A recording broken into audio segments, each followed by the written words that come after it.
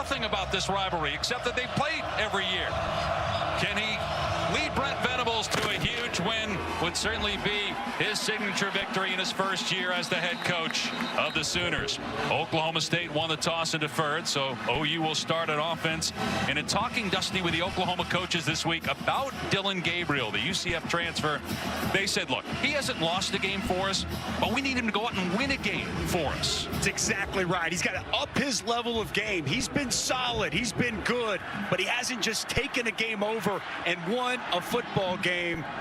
And they're putting it on his plate here tonight to step up and have one of those moments. Well, they do have an excellent run game. We'll see if they rely heavily on Eric Gray.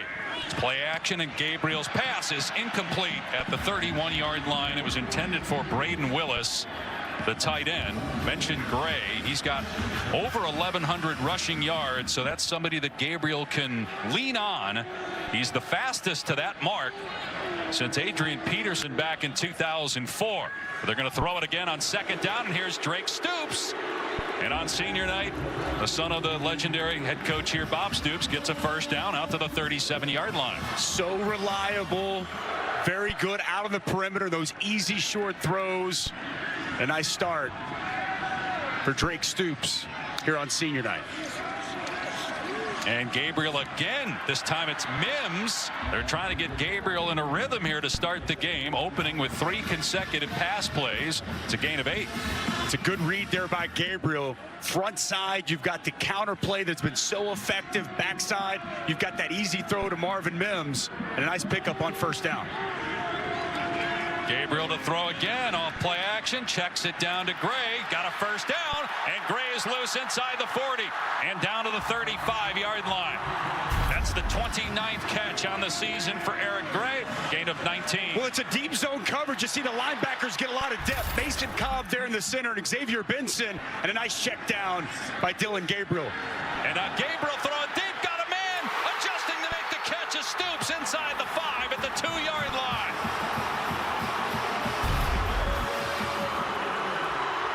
Well, the adjustment in the air was fantastic by Drake Stoops, falling to his back. Good strong hands as he makes the catch. Flanagan got lost in coverage flat-footed, and Stoops got behind him. Now they hand it off. Gabriel faked it and takes it in for the touchdown. He fooled them all. That was the only run play on that drive.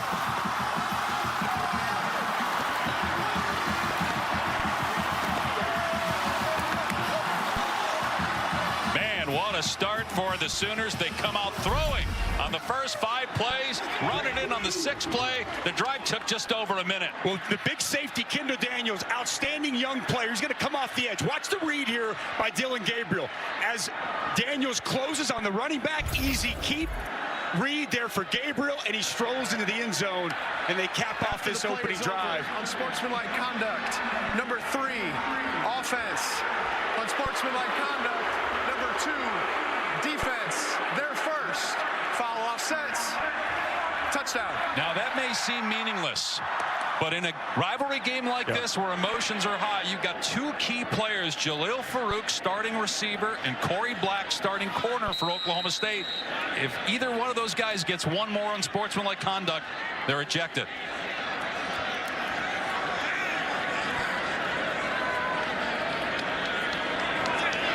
Zach Schmidt on for the point after. 7-0 Oklahoma. We'll talk with the offensive coordinator, Jeff Levy, this week. He said we need chunk plays in the throw game, and we need to finish off drives. They got the chunk play to Stoops, and they finish off the drive with a Dillon Gabriel touchdown.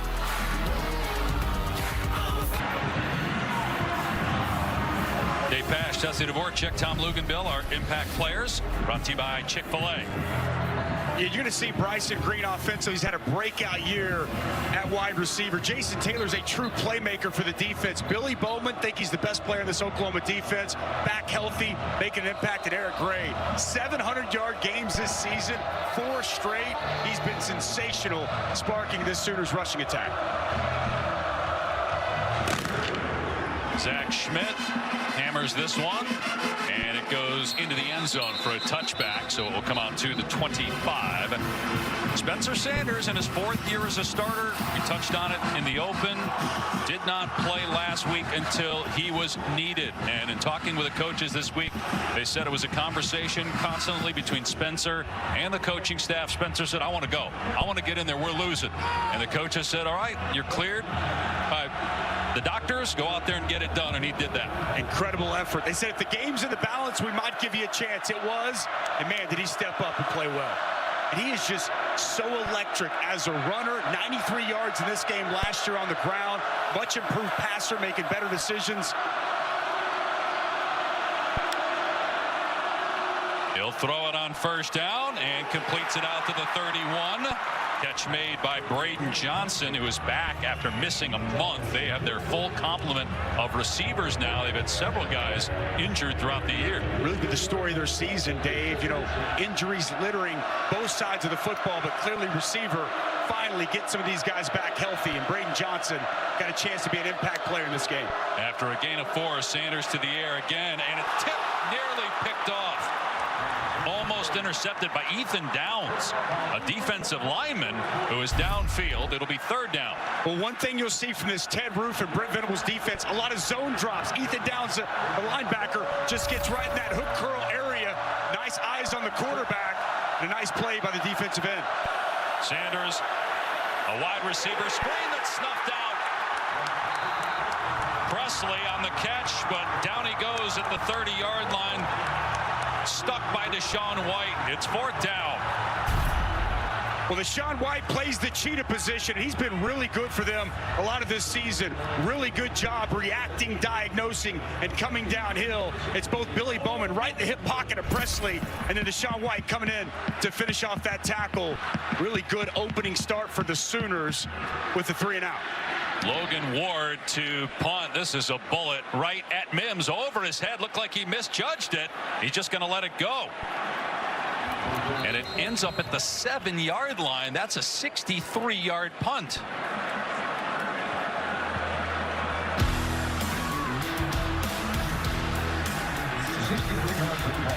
Well, Oklahoma's run the ball well. They want to take their shots. They want chunk plays in the pass game. And as Drake Stoops gets behind the defense, such good adjustment, concentration, and then the great read by Dylan Gabriel to cap off that initial drive. Fast start here for the Sooners, both on offense and on defense, Dave. Gabriel, who is from Hawaii, started out at UCF, played 3 years there, but was hurt most of last year, transferring to Oklahoma. Here's Eric Gray's first carry. He had a reception on that opening drive. It's a gain of about 3. Kendall Daniels on the tackle. The Oklahoma offensive line really starting to settle in last handful of games, playing with physicality in the run game.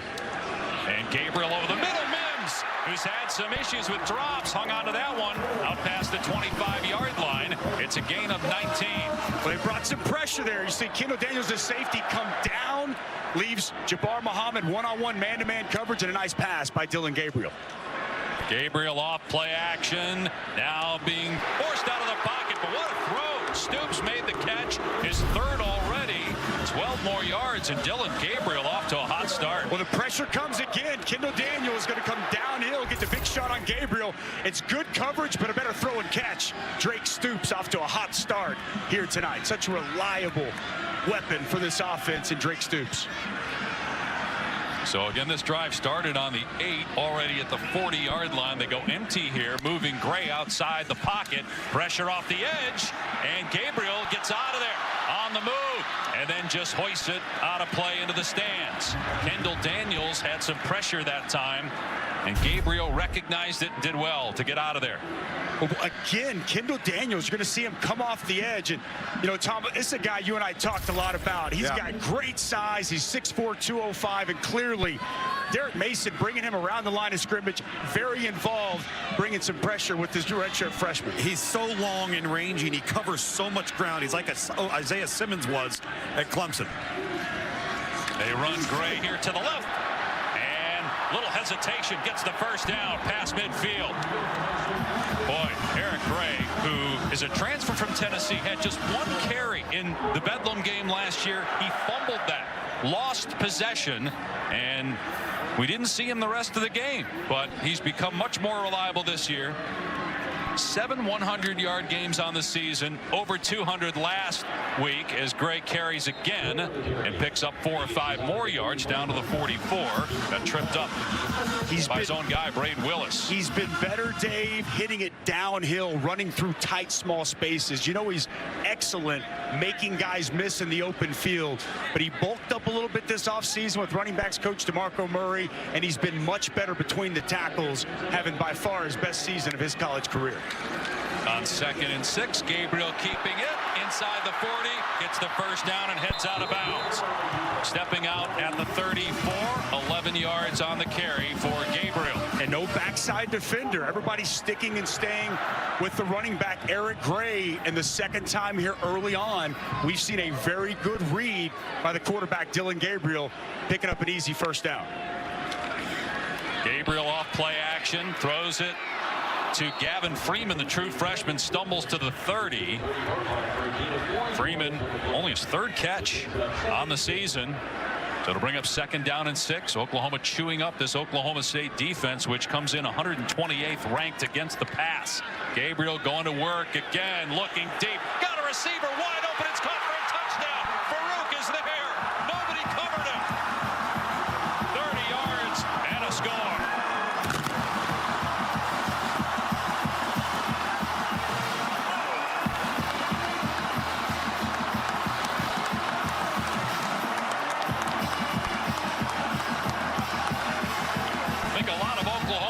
Right now are wondering where's this been all season. The Sooners are 5-5. They were picked 9th preseason. They're 2-5 in the Big 12. And we'll see Jalil Farouk, top of your screen. He's the inside receiver. Acts as if he's going to catch a screen, and it's man-to-man coverage. A bust. No one identifies him, but Dylan Gabriel locates his wide-open wide receiver. 14-0 after a 9-play, 93-yard drive. We played just over 5 minutes. Oklahoma is rolling. Dylan Gabriel off to a phenomenal start for OU. All the teams in the Big 12 moving forward, massive media rights deal that they've reached with us here at ESPN. Awesome.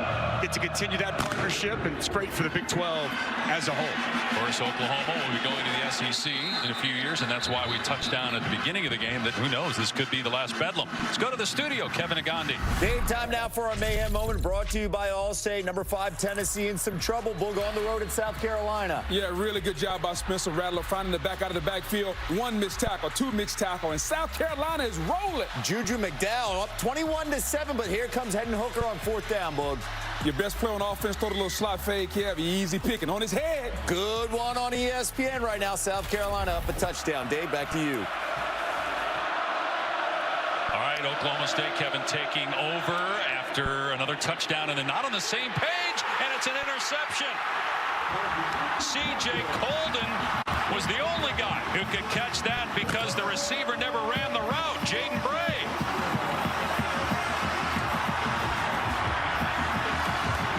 And just clearly miscommunication between Jaden Bray and Spencer Sanders. Jaden Bray, talented young receiver from right here in Norman, and he's been out most of the season. He shuts it down to just run a simple hitch. Spencer Sanders takes a shot down the field, and it's a great play by C.J. Colden to locate that football and get the takeaway, but you can see all over Spencer Sanders' face disappointment and a miscommunication between quarterback and wide receiver. Just a miserable start for Oklahoma State on the run. Here comes a jet sweep to Freeman, and a good defensive play there by Black. Shoves him out of bounds, a loss on the play. It was funny listening to Kevin and Boog do that studio update and hearing Spencer Rattler's name. Think of where this program was just over 12 months ago. Spencer Rattler was the starter. Oklahoma was supposed to be in national championship contention with Lincoln Riley as the head coach. Rattler midway through the season is benched for Caleb Williams. Williams. And then just 24 hours after this game a year ago, as Gabriel throws incomplete and he had Gray wide open. Lincoln Riley announces he's leaving for USC. Caleb Williams lead for USC. Brent Venables, who is here, longtime defensive coordinator, then was at Clemson for a decade, comes back to Norman to be the head coach. Dylan Gabriel transfers, and Oklahoma comes into this game 5-5. Needless to say, it was a crazy end of the year for the Oklahoma Sooners. And as you mentioned, Brent Venables comes in, and there's a lot of excitement around the program, and this season just clearly not gone the way they anticipated. Gabriel fires, knocked away, incomplete. Jason Taylor's got 4 interceptions on the season, made a good play, breaking on the ball intended for Braden Willis. A huge stop for the Pokes. Well, he's an excellent player, the 5th-year senior. Really good position there on Braden Willis. Undercuts his route, gets his hand on it, and a crucial pass breakup. That's an important 3-and-out for Derek Mason and his defense following that interception. Did not want to go down 3 scores, so very nice job by the Cowboys defense stepping up and forcing the punt. Michael Turk, one of the best punters in the country, trying to pin Oklahoma State deep, and the fair catch made at the 15-yard line by Brennan Presley. So the interception by Sanders doesn't cost the Cowboys. They're still down, though, 14-0. USC, the Trojans, ranked 7th. They are playing UCLA tonight. Look at that. 18 plays run by Oklahoma, just 4 by Oklahoma State. Spencer Sanders coming off a pick, throws, and almost another one as that was thrown to Bray in traffic, and Danny Stutzman almost intercepted that ball. Man, rough start early for Spencer Sanders, been so good making better decisions. Watch the zone drop by Danny Stutzman, gets in the perfect position and almost comes up with a second interception here in the first quarter. Might have been tipped at the line by Oklahoma. There's a strike as they're going to Jaden Bray again. He's got just 2 catches on the season, a guy that again has missed most of this year due to injury.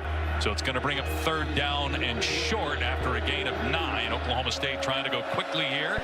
True freshman Ollie Gordon in at running back.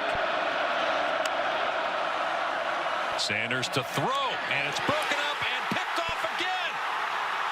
Inside the 25, inside the 20, down the right sideline, inside the 5. A defensive lineman, Jonah Laulu, doesn't play a whole lot, but he's out there. He gets the interception and puts the ball inside the 5-yard line. Back-to-back picks by Sanders. And 3rd and short, you'd like to see Oklahoma State be able to run the football. They struggled so much, and we have not seen them try to run the ball so far tonight. But an excellent play here by Woody Washington. Tight coverage, gets his hands in for the pass breakup. And how about the big man, Laulu, picking him up, putting him down, finding the sidelines, and sets Oklahoma up in prime position inside the 5. Yep, see him step out right there at the 4-yard line. That's where they marked it. And Dusty, I'll tell you, if you're Spencer Sanders, that really should have been your 4th interception of the day. Yeah. He has thrown that thing into coverage the entire quarter. Way too much force in the football, it looks like here, Tom. Yeah. We have not seen the Cowboys try to run the ball really at all. At all. So 1st down and goal. Gabriel quarterback draw and dives down to the 2. Already has a rushing touchdown and a passing touchdown in this game. Trying to go up 21-0 quickly to the line. Eric Gray, he's in, touchdown, 20-0 Sooners.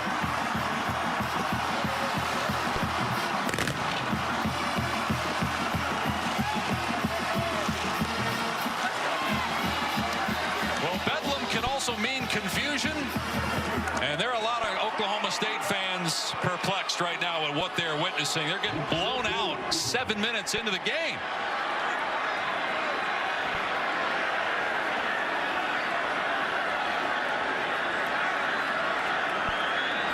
Zach Schmidt on for another extra point.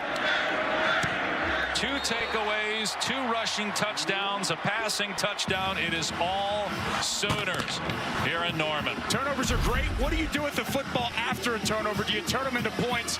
That's exactly what they do here. Left side of the offensive line, really with a nice job opening up that hole for Eric Gray. 72, McCabe Matoyer.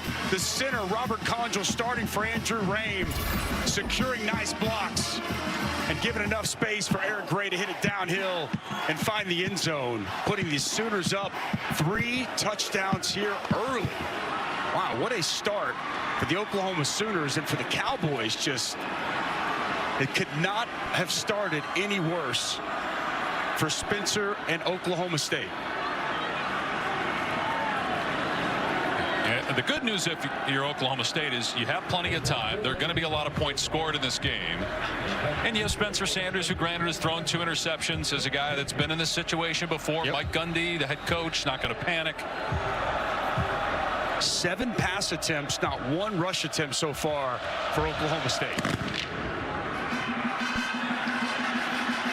And Presley elects to run this out. And was not a right decision there. He didn't even get to the 20-yard line. 2 interceptions here early for Spencer Sanders, and this has been an area he's been so much improved this season. Clearly, quarterback receiver on 2 different pages for the first one.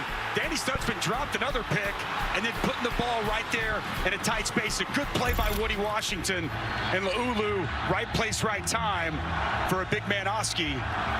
Spencer Sanders going to have to settle down. I'd like to see them try to run the football. I know it's been a struggle this year running the ball, but Oklahoma has really struggled to stop anyone's rushing attack. 5 interceptions on the season coming in for Sanders, 2 here in the first quarter.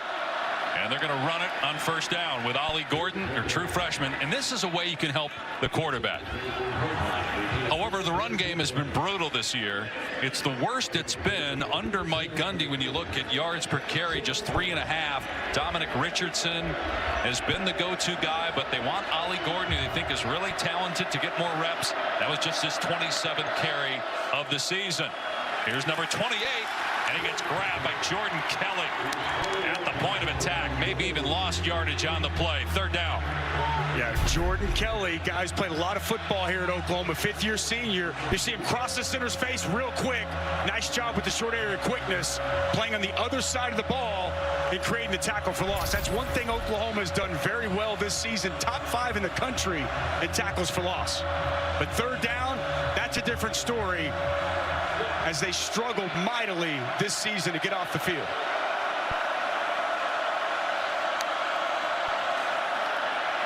Sanders in trouble and sacked back at the 12-yard line. It's Kelly. Just his 2nd sack of the year. A loss of 10. Well, it's 88 Jordan Kelly once again. Watch him as he works laterally. He's going to be working on Taylor Maturko. Just a simple chop rip as he gets past him, closes to the quarterback. And a huge series there for the 5th-year senior out of Tulsa. Nice job with the hands by Jordan Kelly, getting off the block and getting the sack. Logan Ward on to punt again. Mims is under it, and the fair catch made at the 42-yard line. So 45-yard punt, no return. Well, you think about all the great teams they've had, 2000 to 2021 in particular, winning the national championship in 2000, 4 BCS national championship appearances, 4 college football playoff appearances. But this year, 5 losses, most since 2014. 5 losses in conference, most since 1998. The last time they had a losing season, John Blake was the head coach back in 1998 when they finished 5-6. But they got a 21-0 lead in possession. Gabriel's pass is caught. Stoops upended after he made the grab at the 42-yard line by Sean Michael Flanagan, a pickup of 3. And look, Coach Venables, he understands and recognizes the standard Oklahoma. He embraces that. This is not the season he thought coming into the year. Gray breaks a tackle past midfield. 1 man to beat. Inside the 20, all the way to the 18-yard line. Another hesitation move by Gray, 36 yards. Just outside zone. Kendall Daniels can't get him on the ground. Jabbar Muhammad can't get him on the ground. Eric Gray so tough to tackle in the open field with a big chunk run. You're not ankle tackling him. No, you got to wrap him up, Tom. Play fake. Gabriel with a quick throw to Willis. Lowers his shoulder, fumbles the ball. And Oklahoma State recovers it. Jason Taylor falls on it. That's exactly what the Cowboys had to have on that possession. Had to have it, Dave. Exactly right. Last week, this is a defense that created It's a fumble recovered by the defense. First down. created 5 takeaways, helping lead to victory. Jabbar Muhammad, excellent job. Shoulder on the football, and Braden Willis had a great season, but he puts it on the turf. And of course, it's Jason Taylor, Johnny on the spot, getting on top of that football.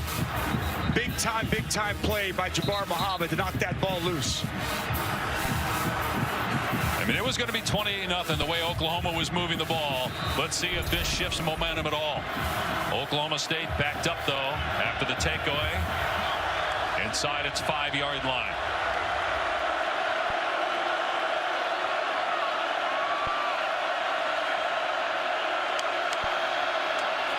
They're going to run Jaden Nixon. Got some room across the 10. There are markers down. Might be offside. David Agwebu, like he had jumped into the neutral zone, so it was a free play there for Oklahoma State, and they'll take the yardage, you would think.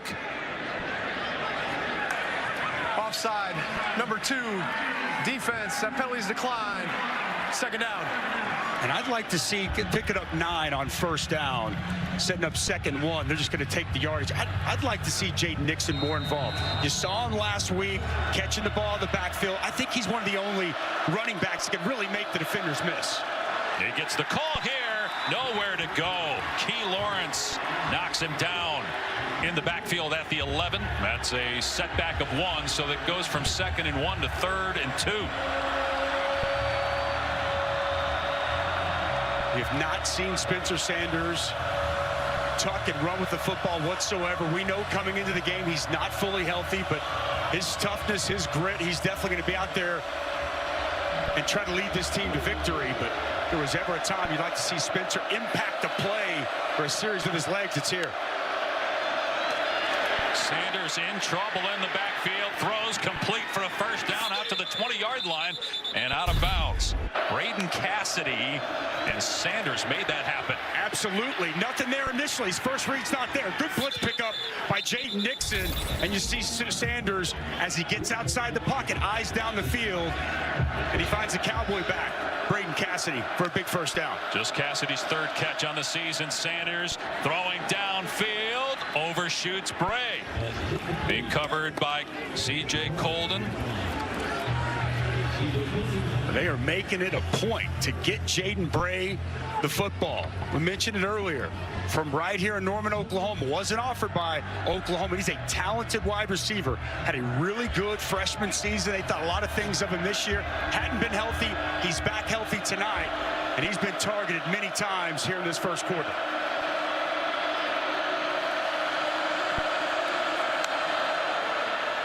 John Paul Richardson on the swing pass, and he gets stood up by Washington, and a short gain on the play, maybe 2, as they motion Richardson into the backfield, trying to get it to him in creative ways.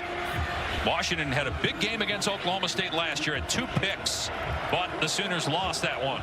Really good defense. Billy Bowman forcing that ball to bounce, and good contain from Oklahoma. And this is traditionally where you'll see a Brent Venables defense dial up some pressure. Let's see if Ted Ruth comes after Spencer Sanders. Ruth, the defensive coordinator, on 3rd and 8. Sanders just dumps it off to Jaden Bray, and he's not going to get the first down. Stood up at the 26-yard line, about 3 yards short of the line to gain by Danny Stutzman, their leading tackler, and so it's 4th down. This is a really good play by Danny Stutzman. Oklahoma State, this is a play they run a lot. Just set up the running back screen, and they showed, Oklahoma showed as if they were going to bring pressure. They don't. They sit back. They play a little bit drop 8 zone coverage. Stutzman right there makes a nice tackle to force the punt. Oklahoma had been much better early on in this game on 3rd down. Here's the punt by Ward, getting a lot of work tonight. Mims backpedaling, and the fair catch made at the 25 for the Sooners. Take a look at the Taco Bell Live Más student section. Student sections across the country are competing to be the Live Más student section of the year all season long. Well, these fans, they've been waiting for something like this to cheer for. They got off to a 3-0 start. And then they lost 3 in a row, and then there was a 49-0 bludgeoning by Texas. Worst loss in the series. They also got beat by TCU 55-24. I think we all realize now just how good TCU is. Kansas State as well. Both those teams punching their tickets to the Big 12 championship. Gabriel off play action, in trouble, dumps it off to Braden Willis. And Willis is knocked out of bounds at the 31-yard line for a gain of 6 on the play. Smart play here by Dylan Gabriel. He wants to take a shot down the field, but it's well covered. Just check it down to his tight end. Oh, the athleticism, a little hurdle from Braden Willis going out of bounds. Wide receiver screen to Mims. First down and more, dragging a defender all the way past the 45 out to the 47. 16 yards for Marvin Mims. Jabbar Muhammad had a hold of him, but he took him for a ride. Tom, we talked to Derek Mason about the tackling. Well, it's been poor here early for Oklahoma State. It really has. A lot of lunging and a lot of guys on the ground. More running room, this time Javante Barnes to the 44-yard line of Oklahoma State. And they're getting huge plays on first down. There's 8 or 9 more yards. And this is their #1 run play. That's the GT counter. Pull, backside guard, tackle, big hole, and a nice chunk run on first down. Gabriel off play action, slings it to Mims. Broken tackle at the 40. Mims able to get inside the 25, but a touchdown saving tackle that time by Jason Taylor. They still get 23 yards on the play. And again, Jabbar Muhammad's been so good in coverage at times this year. Was great last week. Just misses that tackle in the open field. You got to be catch tackle in that spot. And a really nice job after the catch by Marvin Mims. Mims got his focus back, Dusty. Yeah, had some drops, Tom, this season. Gabriel pumps, looking deep, airing it out into the end zone. Stoops is there, got it. Touchdown, Oklahoma.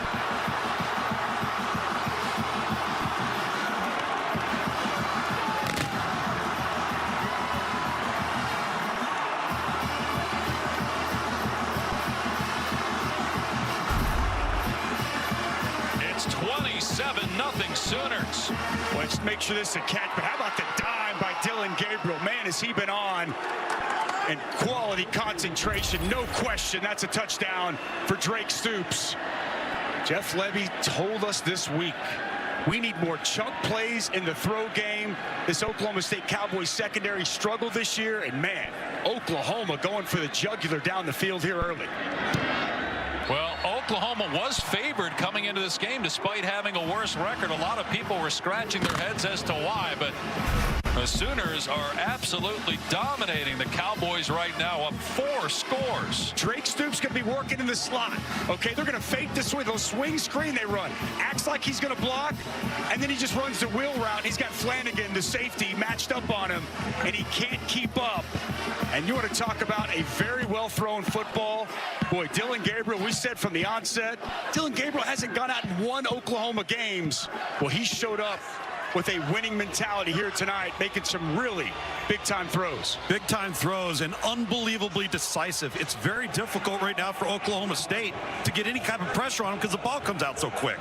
You know, the other thing, Tom, they're barely getting lined up. You know, with Jeff Levy, this offense that they implement, they go so fast. If you go back and watch, they're getting up on the football, and Oklahoma State's having a hard time just getting lined up in time before the ball snap. And they're tired. That's right. Playing a lot of plays here in this first quarter. It might go right back out there the way this thing has gone. Oklahoma State's been 3 and out most of the time. Presley on the return, or excuse me, Nixon past the 20, and Nixon, they get enough of him to tackle him at the 26-yard line. Good job there by the Sooners on special teams. This season, All-State will celebrate every field goal and extra point made by participating universities by making a donation to the university's General Scholarship Fund. Thank you, All-State. Wow, Oklahoma State, how do you handle this? Down 28-0, late first quarter. Spencer Sanders has thrown 2 interceptions. They have just 30 yards of total offense to 300 basically for Oklahoma in a quarter. Wow. Got to be a Bedlam record. Sanders in trouble again. Outside the pocket, flipping it downfield, complete past the 45-yard line. That was a great throw that time to Brennan Presley, and it's a gain of about 20. This good pressure by the true freshman 32 R. Mason Thomas flushes Spencer Sanders, but a very nice find down the field. Now they hand it off to Ollie Gordon, pushing the pile to midfield. First time Oklahoma State has sniffed the 50-yard line. 30 seconds remaining here in the opening quarter. They like to operate very fast as well.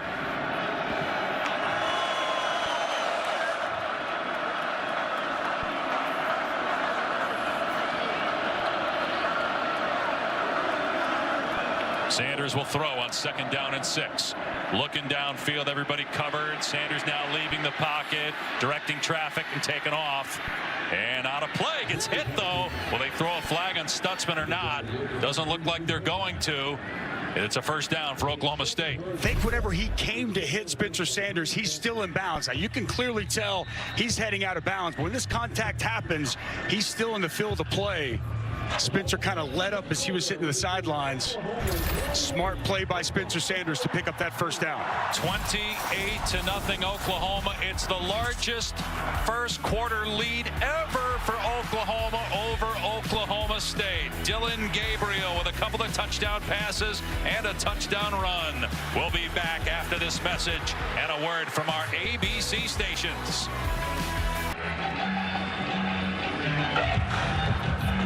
It's been a struggle for Mike Gundy, whether he was the quarterback, an assistant coach under Les Miles, or the head coach against Oklahoma. He actually grew up attending Oklahoma games, and when he was a youngster, originally committed to play for the Sooners, ended up at Oklahoma State, and the rest is history. His team might be history if they don't score on this drive. They're down 28-0, but Spencer Sanders slides. He got hit there. Backside from Broyles, but it was a clean play as the slide was just beginning. It's a gain of 5. Mike Gundy is Oklahoma State Cowboy football. And those 2 wins as an assistant, they were on teams I played on, including his best memory in 2001 when Rashawn Woods caught a late touchdown pass here in this stadium. They had the Big 12 South Trophy on the sidelines, and they didn't give it to us that day because Oklahoma State came in as massive underdogs and got the win. That was my first taste of this rivalry. Before that, had no idea what this thing was all about. Yeah, you guys were 30-point favorites in that game and lost. Sanders with everybody covered, just going to throw it away. Good job downfield by the Oklahoma secondary. So it'll bring up 3rd down and 5, and you have to think 4-down territory for Oklahoma State, even though it's this early in the game. They are inside the 40-yard line. Mike Gundy's 2nd longest tenure, along with Kyle Whittingham at Utah. Longest being Kirk Ferentz at Iowa.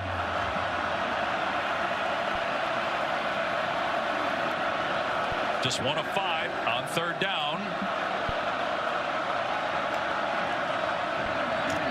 Sanders has single coverage and a completion inside the 25-yard line. Braden Johnson, 15 yards, 1st down, Oklahoma State. Well, Oklahoma brought the pressure that time. It's man-to-man coverage on the outside, middle of the field, wide open, and a great throw there by Spencer Sanders to Braden Johnson to get a big 1st down.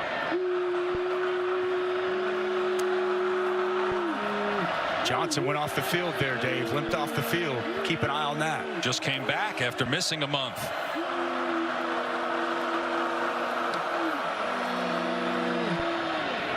Sanders keeping it. Oklahoma strings it out, and Broyles shoves him out of bounds at the 30-yard line.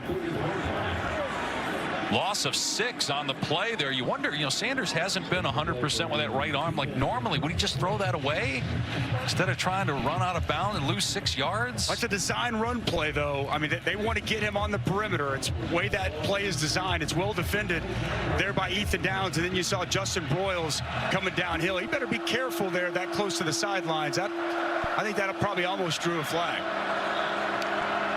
So 2nd down and 15. Sanders pass pulled in by by Richardson at the 23. Get back to the original line of scrimmage, maybe an additional yard. Bring it up 3rd down. And you start to call plays as if you're in 4th down territory. At this point, you just want points. Absolutely. No, I think you know you got to score touchdowns. The way this Oklahoma offense has been operating, this has got to be 4-down territory. It's crazy to say that 2 minutes into the 2nd quarter. Sanders hit, and another interception. This time, Billy Bowman.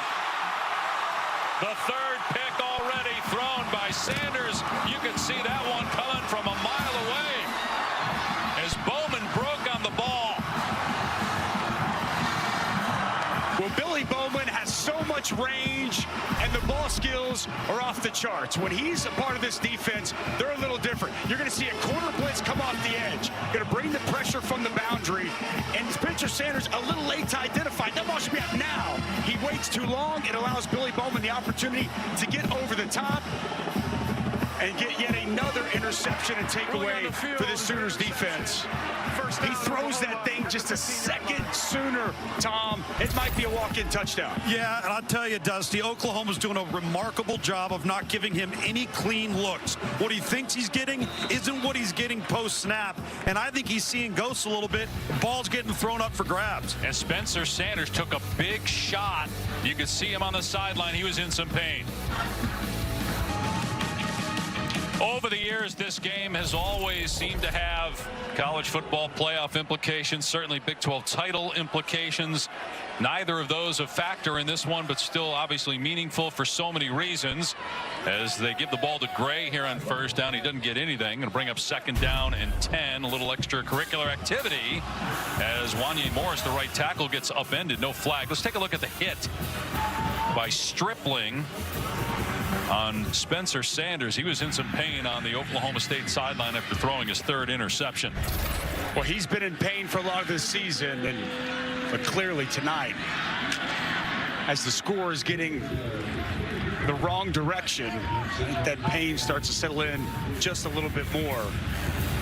And give Oklahoma defensively a lot of credit. They've been throwing a lot of different looks at Spencer Sanders. Think he's a little bit confused in exactly what he's getting and what he's seeing. It's been a real struggle here early on in Bethel. Gabriel pass too wide to Freeman, 4th down, so a stop there for Oklahoma State. Spencer Sanders, he was like the guy that certainly everybody in Stillwater wanted to be the hero this week after the great quote. We played it for you at the outset of the telecast. It wasn't just us that liked it. When Brent Venables played a highlight tape for his team to get them fired up for Bedlam, it included highlights of previous games and quotes from coaches and players over the years. The first thing was the quote, Spencer Sanders saying, yeah, I'm playing, as he's holding his right arm and his right shoulder's wrapped in ice. That fired up everybody. Just Sanders has not responded on the field as it's pulled in by Brennan Presley after a 48-yard punt. No return. Spencer Sanders going right back to work. We'll see if he can bounce back. Is brought to you by Carvana. They'll drive you happy.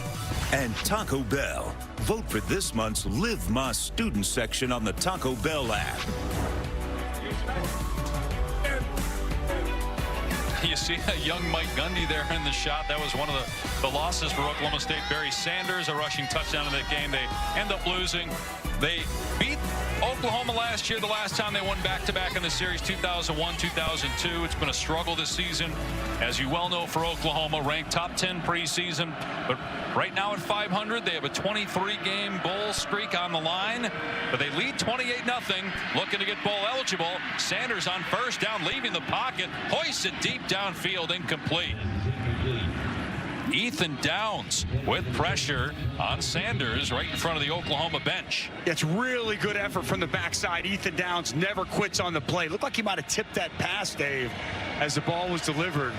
Sophomore out of Weatherford, Oklahoma.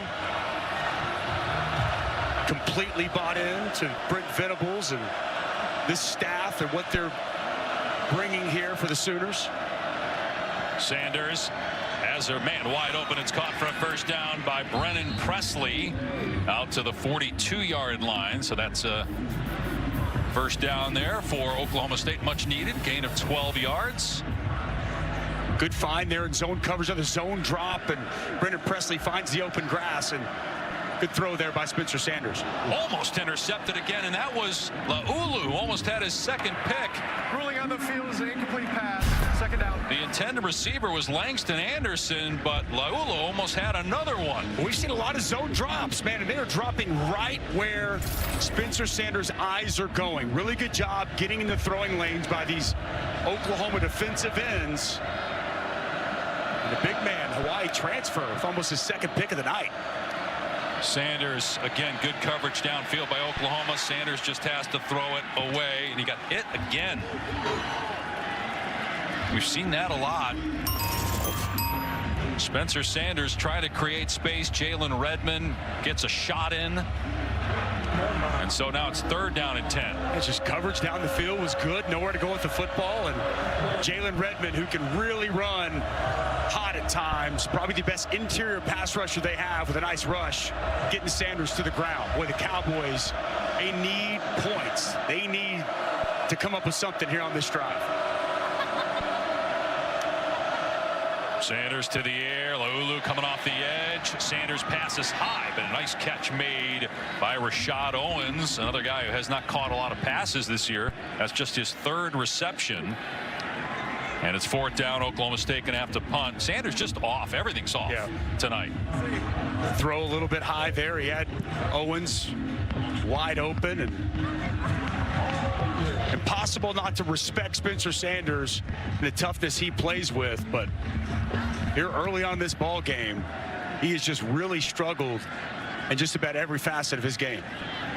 Logan Ward, we've called his name more than any other Oklahoma State player in the game. He's the punter. That takes a Cowboy leap inside the 10 and all the way down to the 3-yard line. That bounced 12 yards. It hugged that far sideline and ends up being a 49-yard punt. One of the best things to happen for the Pokes in this game.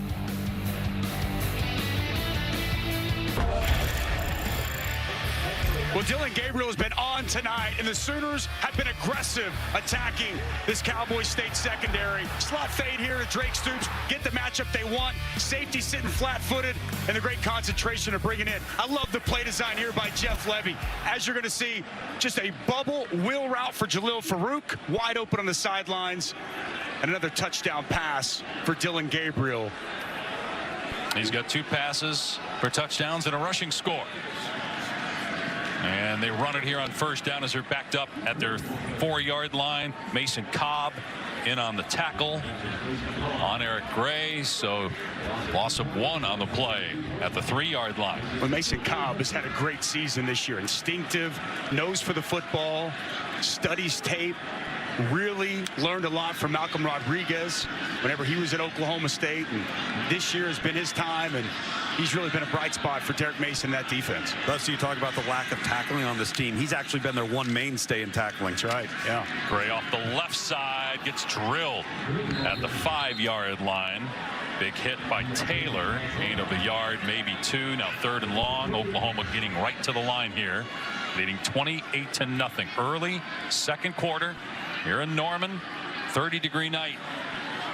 I haven't called Brock Martin's name yet tonight. One of the leaders of this defense, good edge rusher for Oklahoma State. They could use some pressure and a big play here defensively. He's number 9 coming off the edge there. Gabriel from the end zone throwing incomplete over the head of Stoops. So it's a big stop there for Oklahoma State. It started with the great punt. See what kind of field position they can get here and try to finally get some points. Oklahoma plays at Texas Tech next week. Oklahoma State plays West Virginia in Stillwater next week. And again, with Oklahoma leaving for the SEC here in a few years, not a guarantee with 4 new teams coming to the Big 12 that these 2 teams will play next year.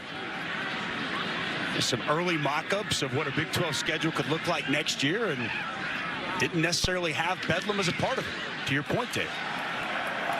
Presley backing up after a great punt, fields it inside his 40, in trouble, but he does make the first man miss. And Presley up to the 45-yard line, tracked down by Woody Washington. 55-yard punt, though, from deep in his own end for Michael Turk. Kickoff here Sunday with NFL Countdown, 10 a.m. Eastern. Matt Hasselbeck with All Access, Patrick Mahomes and Andy Reid. And then Monday Night Football from Mexico City. The 49ers starting to get whole again. They face the Cardinals, 8 Eastern, 5 Pacific, ESPN, ESPN Deportes, and the ESPN app. Our coverage starts Monday Night Countdown at 6. Hey, I know a guy who's going to be at that game in Mexico City. What's his name? What is it? I think it's Cash? No, Pash. Dave Pash will be on the call for the Cardinals. Here's DeAndre Jackson. Cross midfield of the 49. I was actually at the first ever NFL game played in Mexico City. 49ers Cardinals back in 2005. They love the NFL down there. The place will be rocking, the whole city. In expectation of Kyler Murray be playing. Can you give us a little insight on that? Don't know. He and Colt McCoy both banged up last week. 2nd and 4. And broken play. Sanders just takes off. And it actually works out well for OSU. He gets the first down to the 44-yard line. DeAndre Jackson went one way. Spencer Sanders went the other way. And it's a first down. Yeah, just, again, miscommunication, running back, quarterback. We've seen that in a couple different facets of this Cowboys offense, but it nets a first down as Oklahoma State crosses midfield and needs to get a touchdown here. Give it to Nixon, and Nixon drags a defender to the 39-yard line. So that's a gain of 5 on the play. I thought this would be an area that we'd see Oklahoma State attack Oklahoma. Oklahoma has struggled mightily this year with the run fits, giving up over 200 yards a game. I know Oklahoma State struggled to run it. Now the score getting so skewed, you probably have to pick your spots whenever you're going to run the football. But definitely something Casey Dunn, the offensive coordinator for the Cowboys, wanted to try to get implemented here in this game tonight. Presley in motion. And here comes a reverse. Braden Johnson got the first down and then tripped up at the 21, ran into his own guy. Bryson Green, still a pickup of 18 for Johnson. Well, it's really good play design here. Just a reverse to Braden Johnson. You see his speed in the open field. Nice cut as he cuts up. On the edge outside, Caleb Etienne. He ragdolls Key Lawrence to safety into the ground. One of the only explosive plays we've seen here early on for this Cowboys offense. Nice play call there by Casey Dunn. And it works. And Etienne, a first-year starter, lost 50 pounds to get down to 325 just to play. Sanders sees a lot of room in front of him, so he slides. He started that at the 18, so pickup of 4 for Oklahoma State, trying to get win number 8 on the season, but obviously going to have to score on just about every possession the rest of the way, and probably can't give up any more points. That's smart there. 3-man rush, zone coverage. Big hole opens up on the offensive line, and Sanders gets a nice pickup. Deepest they've been into Oklahoma territory. Good blocking downfield by Braden Johnson as John Paul Richardson had some room to run, picked up 8 yards. It'll be 2nd down and short.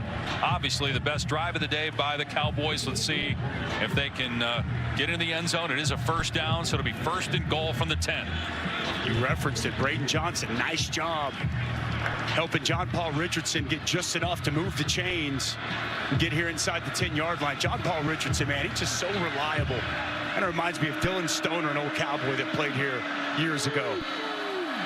1st and goal for Oklahoma State. And here's a jet sweep, and looking to throw is Richardson, and he just throws it into the crowd incomplete. So a couple of trick plays on this drive. The first one got Oklahoma. That one did not. What's really well done here by Woody Washington. He's not taking the bait. You see Braden Johnson corner the end zone, and Woody Washington in that zone coverage continues to get depth right there where he needs to be. That's a smart play, though, by John Paul Richardson. Late flag. Number 17. What? Offense. That penalty will be enforced at the spot of the foul. Loss of down. 2nd down.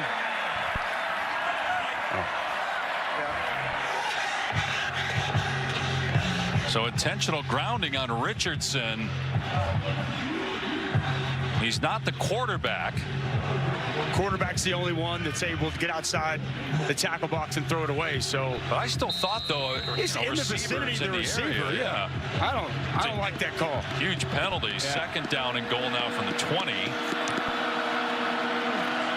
Sanders moving to his right. Everybody covered, and Sanders down at the 22. Another negative play. Loss of 3.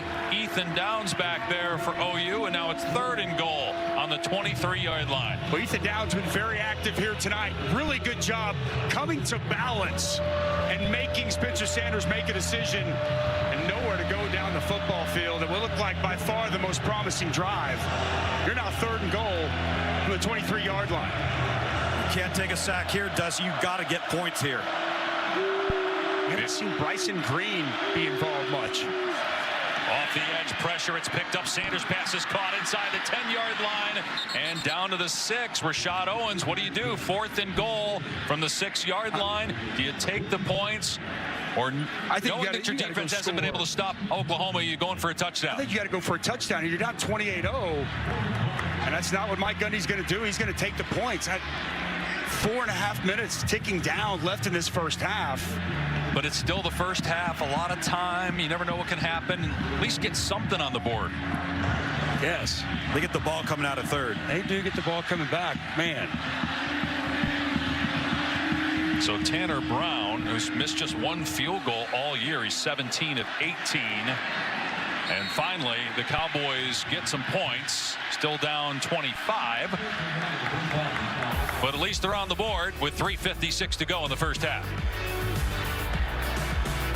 Halftime report just minutes away. Boger, McFarland, Kevin Nagant here. Some call this weekend Statement Saturday. What statements are we seeing right now? Teams looking ahead. Tennessee down, USC down, North Carolina lost. Better get focused on your business at hand right now. Ohio State surviving, Michigan surviving, TCU surviving. The highlights, a lot of them, pretty good ones. Back to you, Dave. Yeah, wild day with early teams surviving, and now at night you got a lot of teams down that are highly ranked. Trying to come back. Here's Billy Bowman getting a chance at some kick returns, and he throws it the length of the field to Mims, who's got some room past the 30. Mims past the 40, and finally out of bounds at the 44-yard line. Wow, how about this creativity and imagination? Pulling it all out tonight. Billy Bowman, who is an excellent return man and apparently can play quarterback if he needs to, throws it all the way across the field to a wide open Mims, well blocked on the side. Was that the old Tennessee Titans play from way back in the day?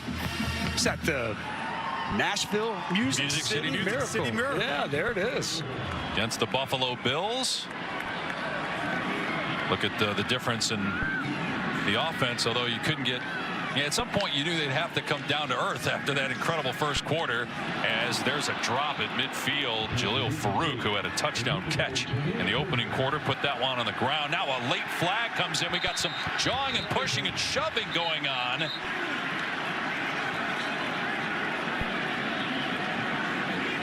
Nathan Latu for Oklahoma State getting into it with Chris Murray. Latu going to get taken out of the game. He just got an incompletion, got him in 2nd 10, little momentum. Last thing you want to do is give him a free 15 yards. After the play is over, unsportsmanlike conduct, number 92, defense, 15-yard penalty for the previous spot, automatic first down. That is number 92's first unsportsmanlike conduct foul of the game. Well, we've seen some pushing and shoving, and look, it's bedlam. There's no love lost. But they missed that. I mean, come on, that's... Yeah, I mean, you know what? Wanye Morris with the hit. That's a bad call. Yeah. That should be on Wanye Morris. That's ridiculous for him to hit Cobb, and then that didn't warrant a flag. That's a miss by the official. Oh, almost picked off on a pass toward the sideline by Colin Oliver.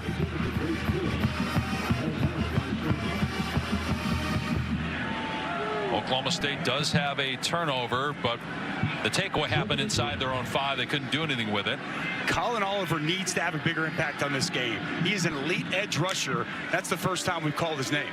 Eric Gray gets the carry, stiff arms a defender, then wrapped up and thrown down at the 39. So it's a gain of a couple. Tackle made by Jason Taylor. It'll be 3rd down and 8. 3.5 minutes to go. Oklahoma State will get the ball to start the second half, trying to get a stop here and get the ball back for the offense. 3rd down and 8. A run, Gray again. Nice move, but they got enough of him. Jason Taylor got a piece of him, knocked him down. Oklahoma's going to go for it. They're going right to the line here on 4th down and 4. Well, that's a really good tackle there by Mason Cobb. He had a lot of open grass. Eric Gray out in front off the counter. Good tackle. And as you said, no doubt, Oklahoma pedal to the metal. That Stoops in motion. Gabriel to throw, looking, and dumps it off across the middle to Mims. Good tackle, though, made that time right at the line to gain the 31. It was Jabbar Muhammad on the takedown. He got the 1st down. And Oklahoma going right back to work here after they moved the chains with 2:45 to go. Now they're going to whistle it dead and take a look at this upstairs. Every play already reviewed. Previous play is under further review.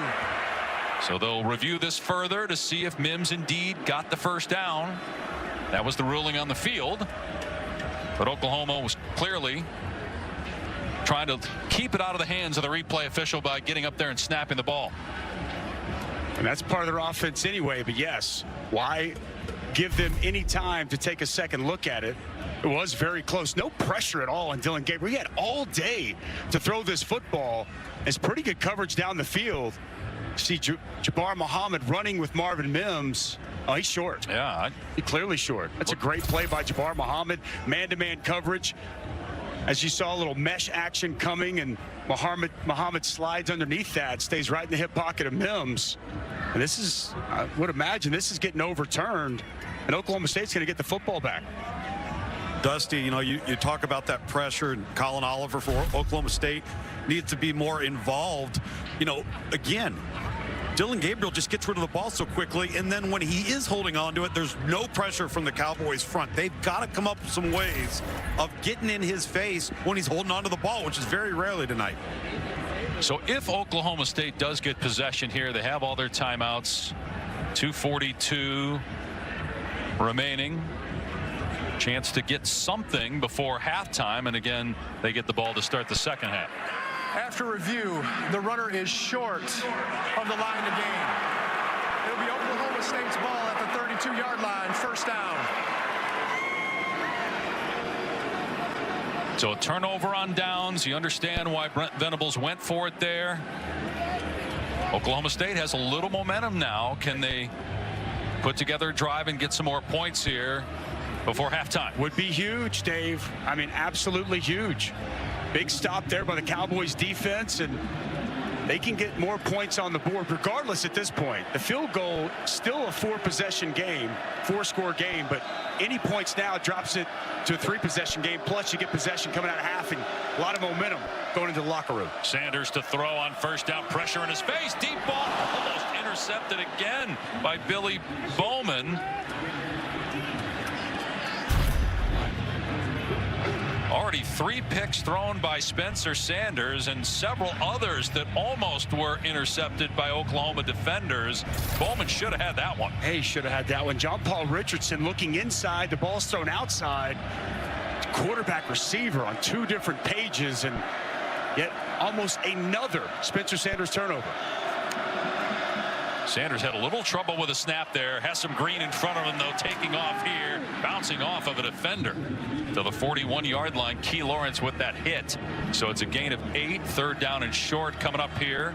As we near 2 minutes remaining in the first half. You notice no slide there from Spencer Sanders, recognizing need to get 1st downs, lowers his shoulder and gets a couple extra yards. Oklahoma playing that 3 safety look now. They're a hybrid defense. They go 4-man, they go 3-man, 3 safety look. They throw a lot of defense at you. 2 for 9 on 3rd down. Here's 3rd and 2. Gordon dragged down short of the line to gain.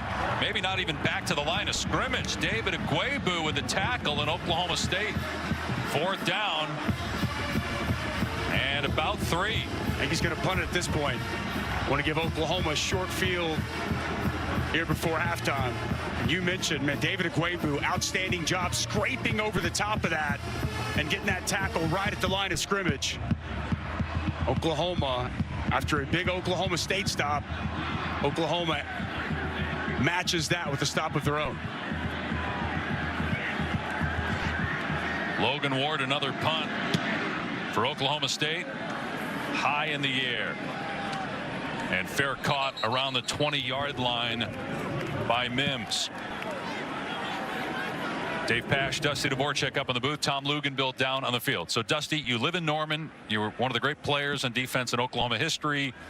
A lot of Oklahoma fans are looking at you right now saying, Dusty, where's this been? Where's this offense been all season? Well, I think that Oklahoma's looking at this and wondering, where's this been? I know talking with Jeff Lebby this week, he thought this is what they're capable of, but they've been inconsistent throughout the course of the season.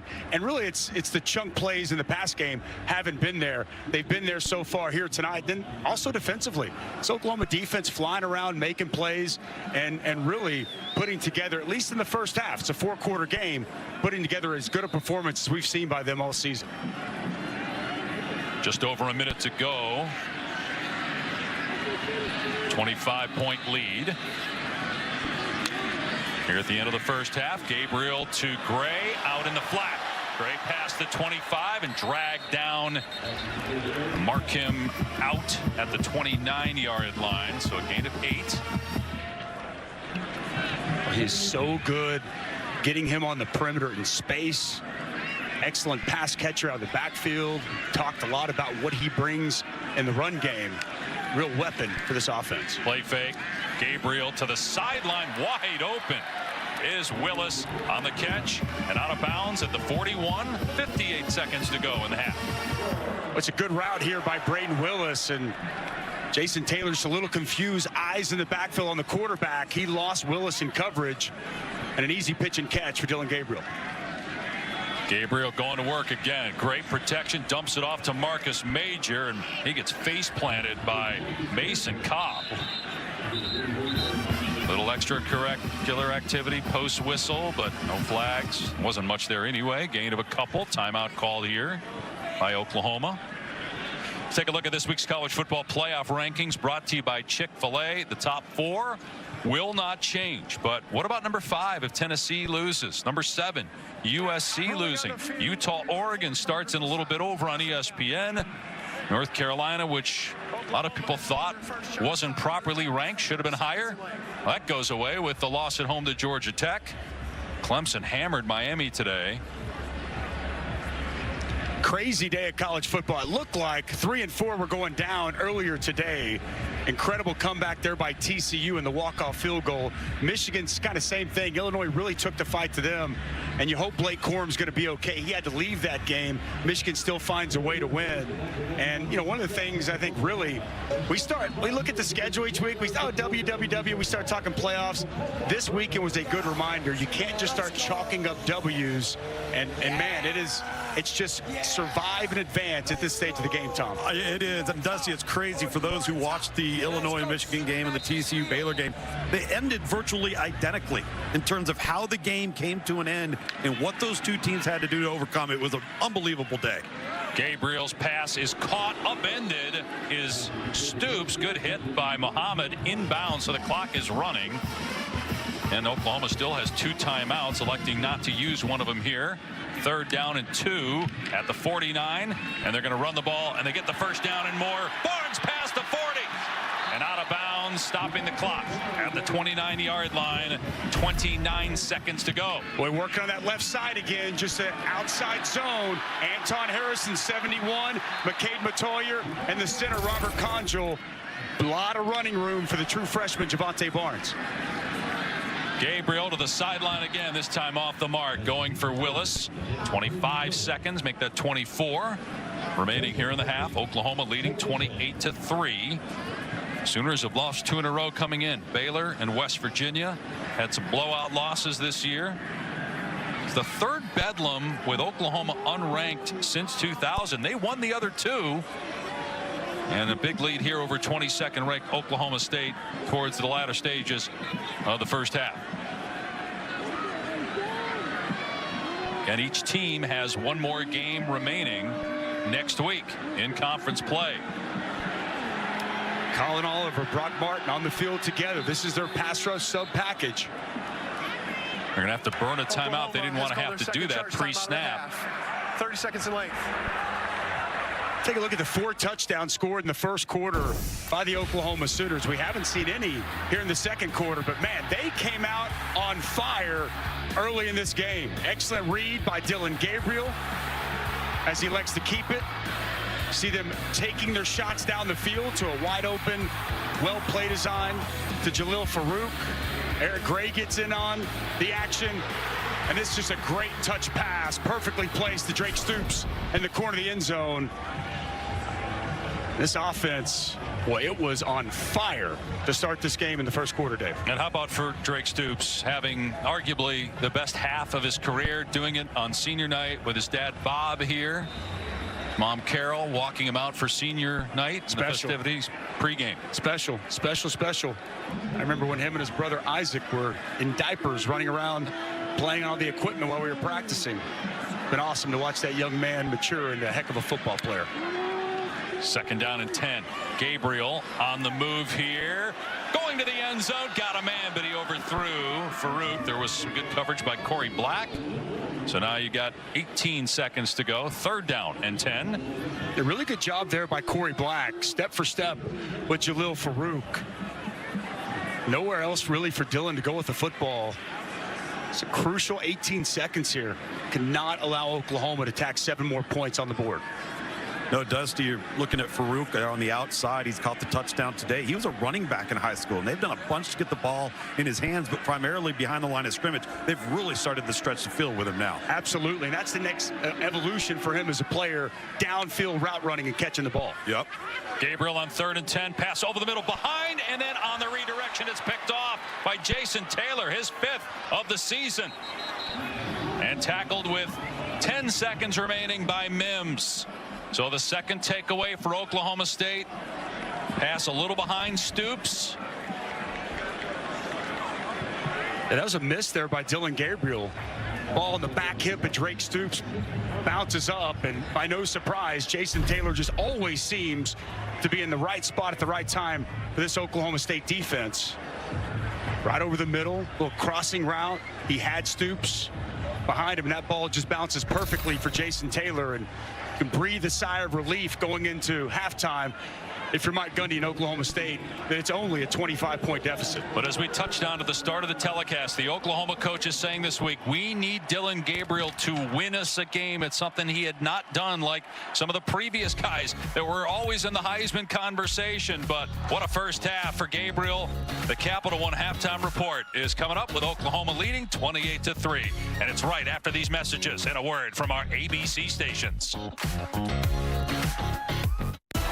Subway's drafting 12 new subs for the all-new Subway Series menu. The new monster has juicy steak and crispy bacon. But what about the new boss? It looks so good.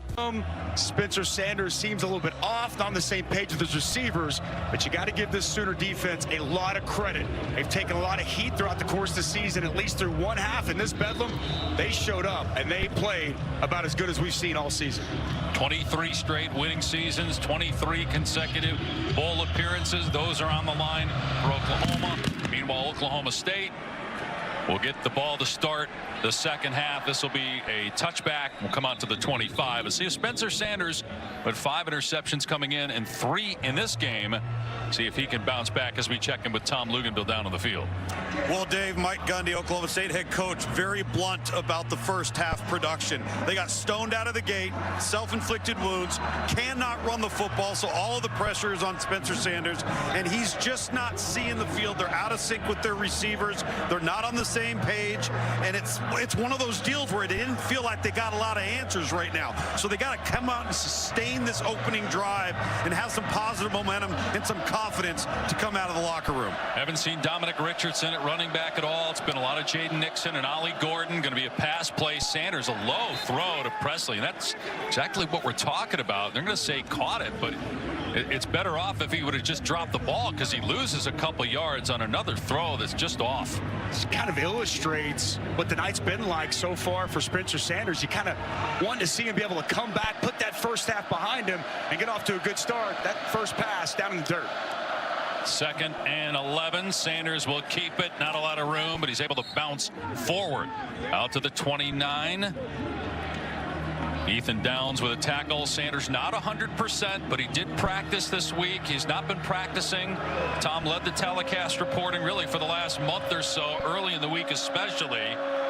Came back onto the field after not starting last week to lead a come-from-behind win against Iowa State. Can he do it again here tonight? In trouble, though. Gets rid of the ball as he's about to be sacked. The pass incomplete. Danny Stutzman in his face. The officials talking about whether it should be grounding or not. Regardless, it's 4th down. Well, it's really good coverage. They faked the screen, and they want to try to work on Woody Washington, but he wasn't having it. Excellent coverage by him. Sanders tries to go to his next look, and by the time he does, it's Danny Stutzman off the edge, creating the pressure and getting the hit on the quarterback. Second half starts very similar to the way that first half went, and Oklahoma with another 3 and out on the evening. I'm not sure he got outside the tackle box because there were no receivers in the area.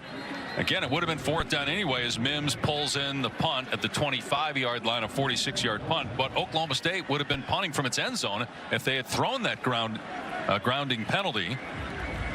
So Dylan Gabriel is counted for 3 touchdowns for the Sooners so far in this game.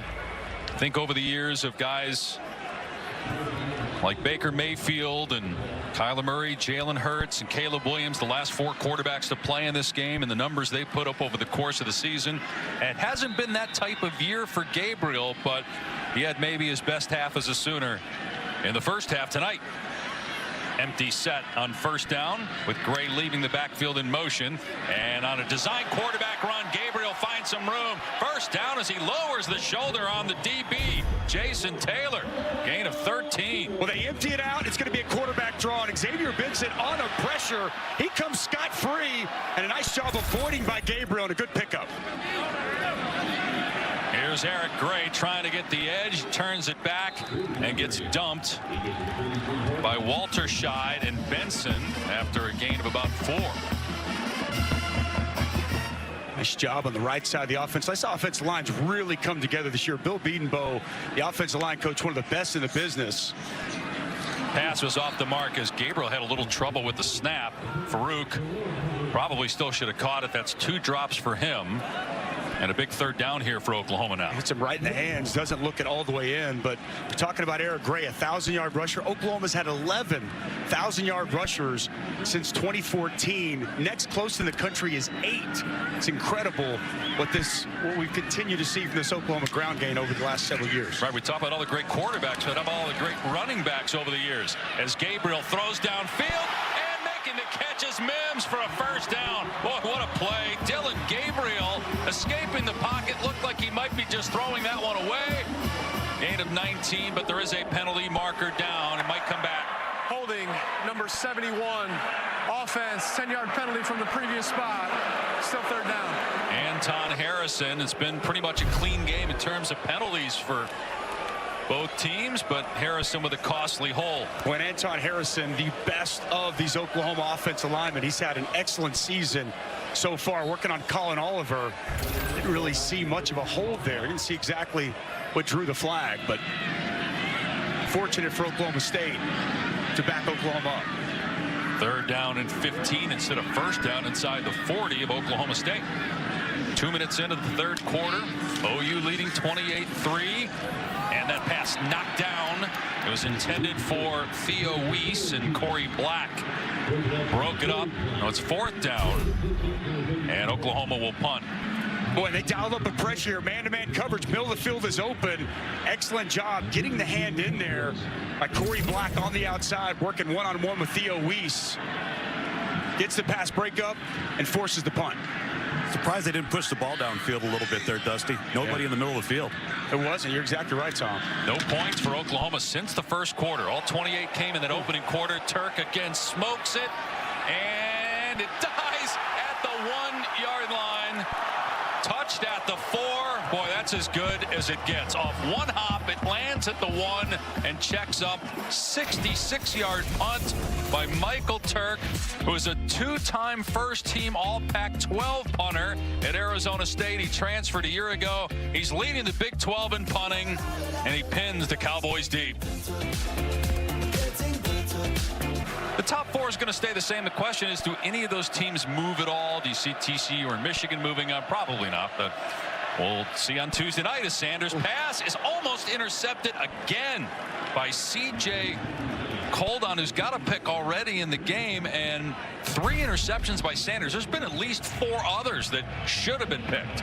And you're going to see Braden Johnson. Looks like he kind of slips out of his break as he's coming back to the football. An excellent break on the ball by C.J. Coldon, almost his 2nd interception of the night. How many times have we said almost an intercepted Spencer Sanders pass? Coldon, a 2-year starter at Wyoming. Jaden Davis banged up for Oklahoma, so Coldon getting a lot of reps tonight. Oklahoma State runs the ball here with Ollie Gordon, the true freshman. That's a good gain there. Pickup of 6. Oklahoma State in this position because of a 66-yard punt by Turk. His 6th 60-yard punt of the season for Oklahoma. A little check on that. Looked like your wedge game, Mr. Pash. That was extremely impressive. You haven't seen my wedge game lately.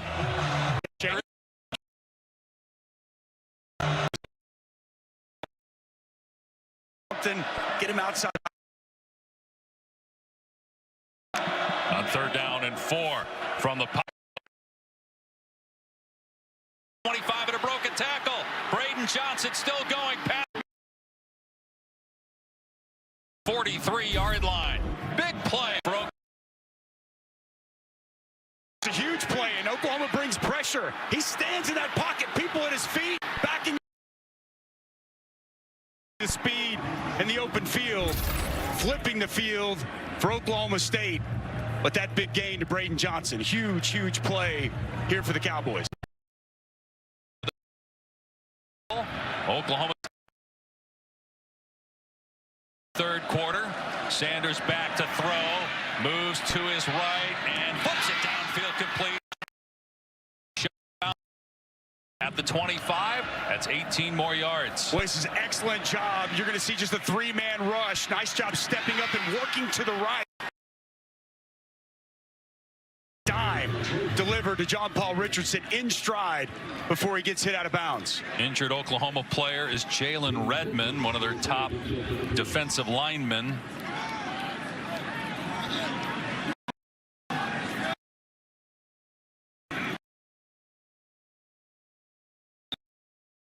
So we'll step.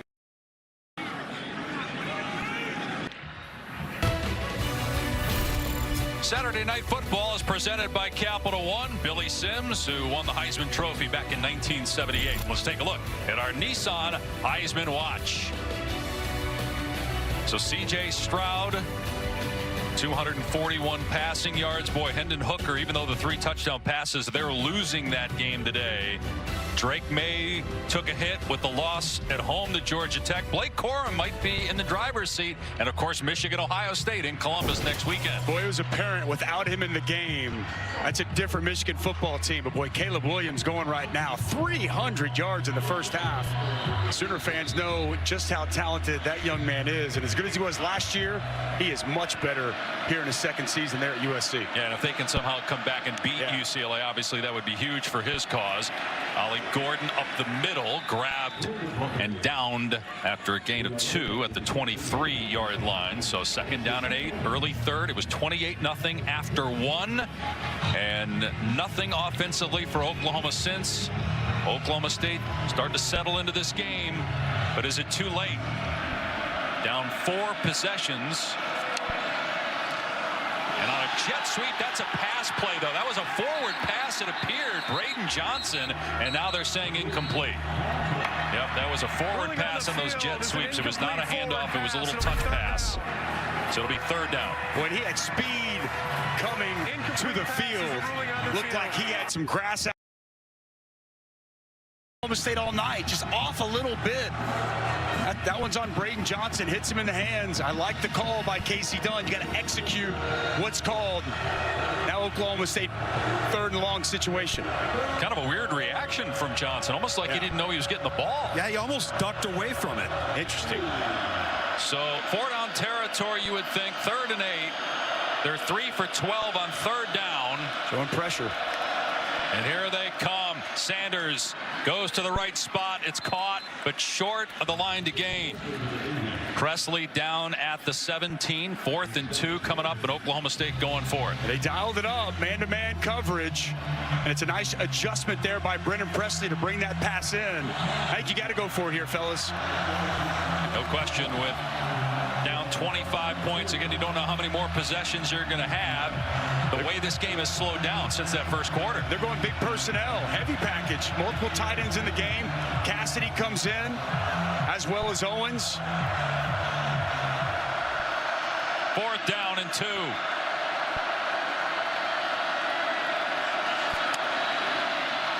Sanders with a quick throw, and it's caught at the 15-yard line, but is it enough? Braden Johnson tackled right at the 15. This is right at the sticks. I think he's short based on live seeing it. Where's the spot? Haven't seen the football yet. Bodies all around it. It looks short. It's just shy of the 15. You got to push that route up to the sticks, right, Tom? I mean, got to push that route. The pass has to be able to be there. Yeah. It is right at it. Let's take a look and see if Braden Johnson.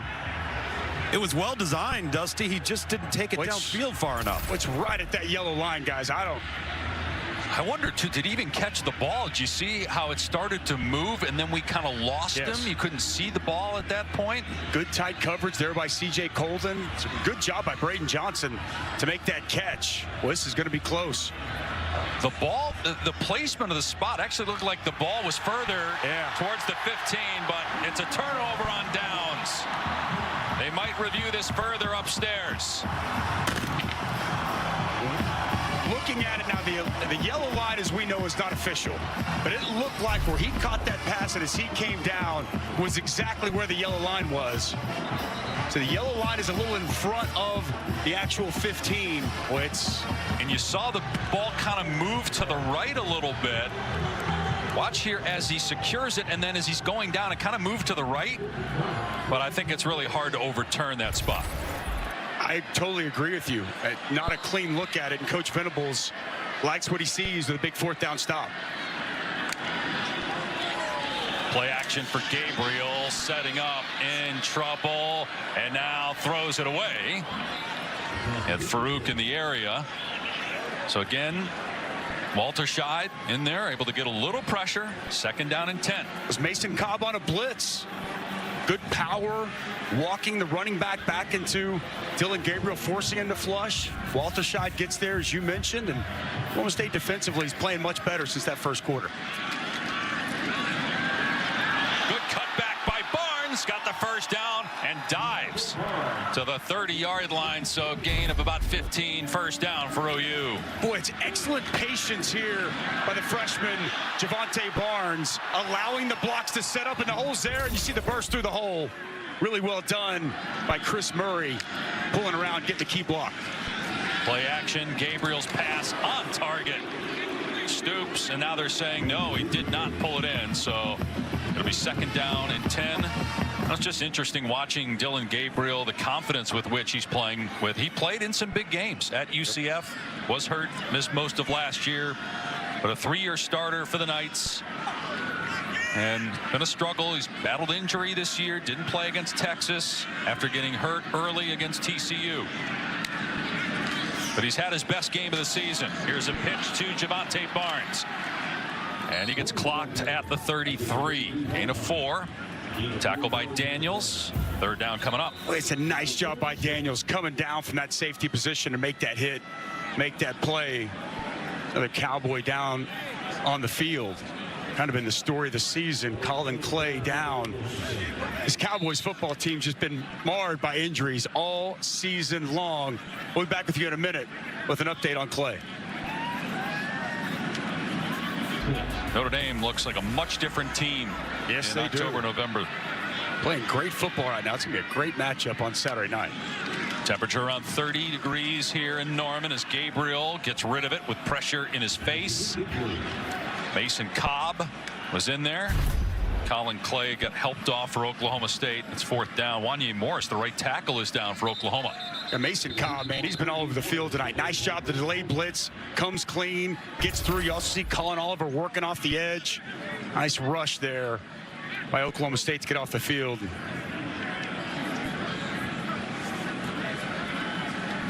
So again, Wanye Morris, right tackle, banged up. Meanwhile, Oklahoma getting away a little bit from what it did in the first quarter, running the ball with Eric Gray. I'm a little surprised we haven't seen him get the football more. Coming off a performance, he had 211 in Morgantown, and his ability to make guys miss in the yards after contact, big chunk, 38-yard run earlier in this ball game. And it's not just handing him the football, so good as a receiver as well, and making people miss out in space is really when he's at his best.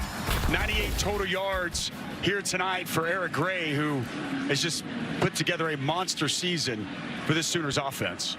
6th in the country in yards per carry at just under 7 per game. But it's 4th down. Oklahoma is going to have to punt the ball to Oklahoma State. So all the points were scored in this first quarter.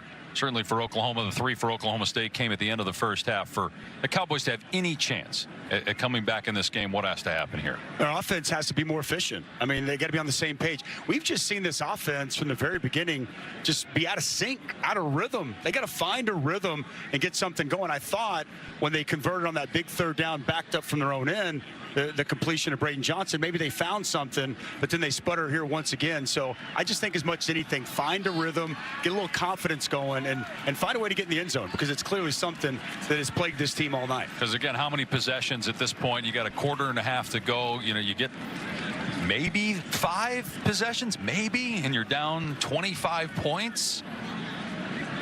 But it was the defense in the first quarter that let them down. They got torched as Oklahoma had 299 yards of offense in the first quarter. It could be less possessions than that, guys, if Oklahoma would run the football. Right, yeah, exactly. Oklahoma's time of possession tonight, 13 minutes and 36 seconds. They have not had the ball much at all throughout the course of this ball game. Oklahoma 127th in the country in time of possession coming in. Brennan Presley is deep. And again, Turk absolutely drills this one. Will it check up again? Not this time.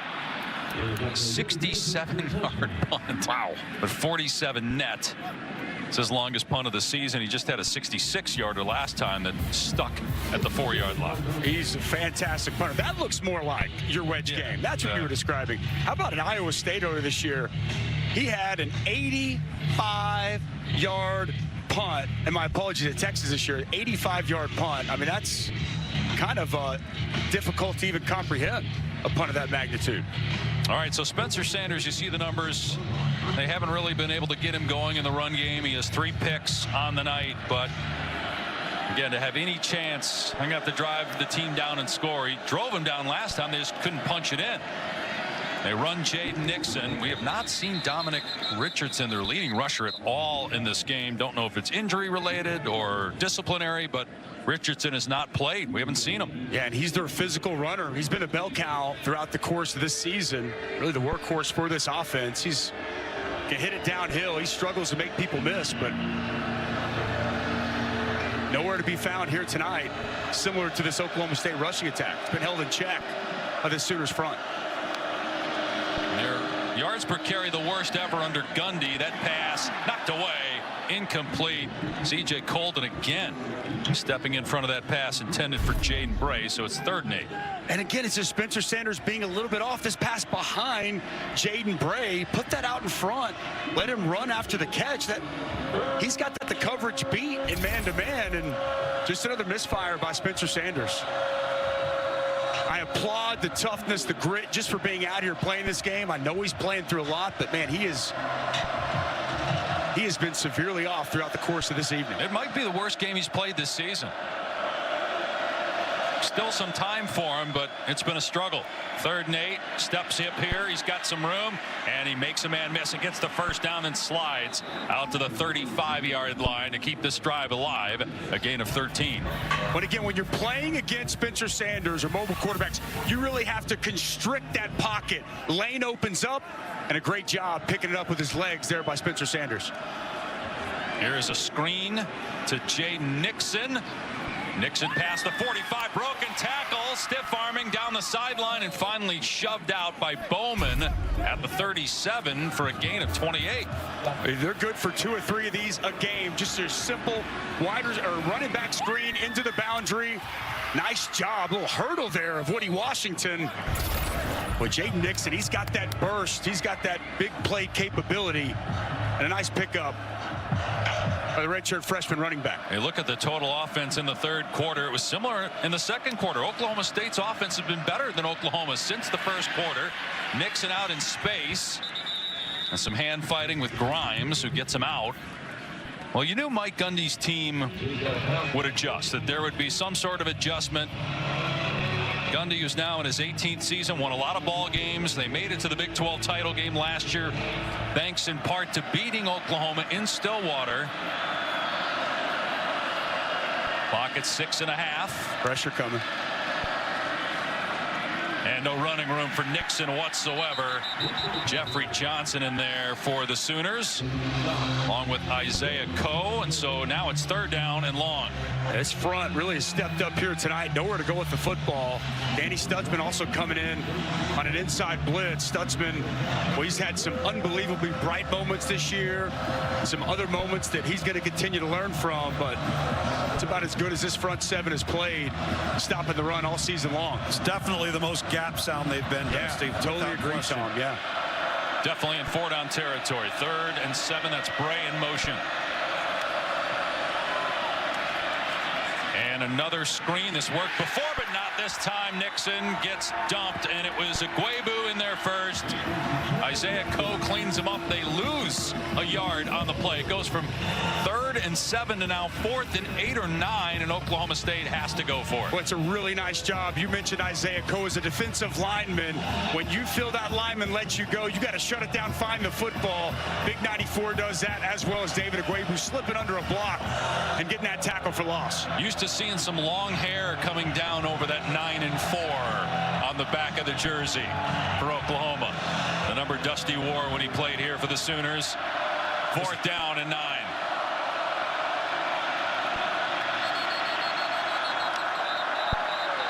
Whistle.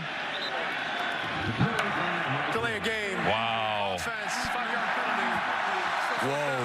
That's on the quarterback. You can't have that. And now Oklahoma State, I think, is going to punt the ball.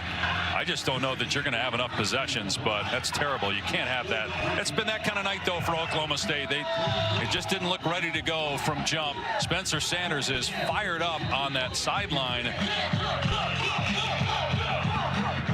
He is yelling at one of the coaches right now. Not sure, again, if that was on him or if it took a while for the play to get in. It's what it looked like. It looked like he was wanting to talk to somebody about how long it took the play to get in. Not happy whatsoever. And a terrible mistake in that spot. Fair catch made by Mims at the 13. Let's go to Kevin in the studio. Dave, time now for our AT&T countdown to the CFP National Championship. Former Sooner Spencer Rattler is having himself a night.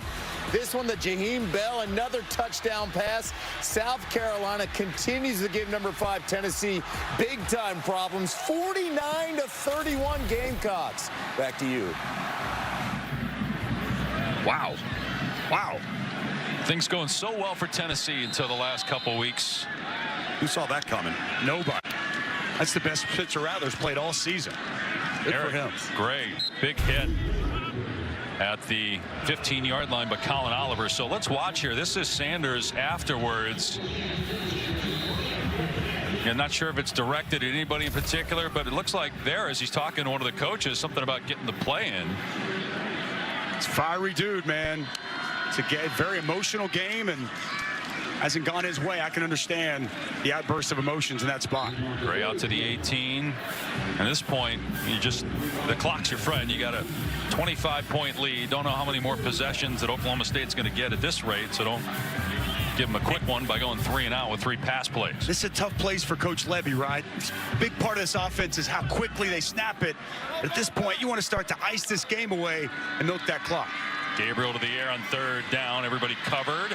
Gabriel on the move to his right. Throws to the sideline. Coming back, but unable to make the catch is Farouk. We've seen him drop the ball a few times now.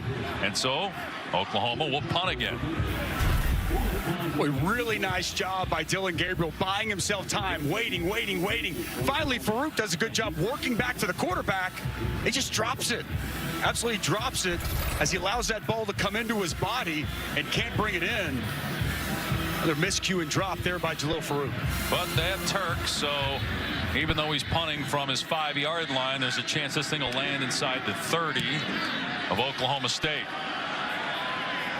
It's fielded at the 25 by Presley. And Presley has some room, but he's tripped up at the 37-yard line by Washington. Was on the ground and made a play that, who knows, may have saved the touchdown. That is a huge play by Woody Washington. He was engaged with Ollie Gordon, gets off the block, and I think makes a touchdown potential saving play. We have 1 versus 2 in women's college basketball tomorrow on ABC with South Carolina facing Stanford. Then on ESPN, men's college basketball, 7:30 Eastern, Kentucky and number 2 Gonzaga. Kentucky falling to Michigan State earlier this week. So Oklahoma State gets the ball back after about a minute, but trails 28-3. Had to punt on the last possession. Sanders forced out of the pocket again. He actually had Ollie Gordon open, but he elected to just throw it away. Not sure that he saw Gordon. 2nd down. Has good coverage down the field. Oklahoma's done a really nice job taking away Spencer Sanders' initial read. More pressure brought there. But you're right. His check down, his running back, he was open in the flats. It's the 14th drive of the game for Oklahoma State. So about 5 possessions per quarter. So still, if things continue this way mathematically, still a shot, but running out of time. Nearing 3 minutes to go. 2nd and 10. Sanders with time. Downfield throws complete.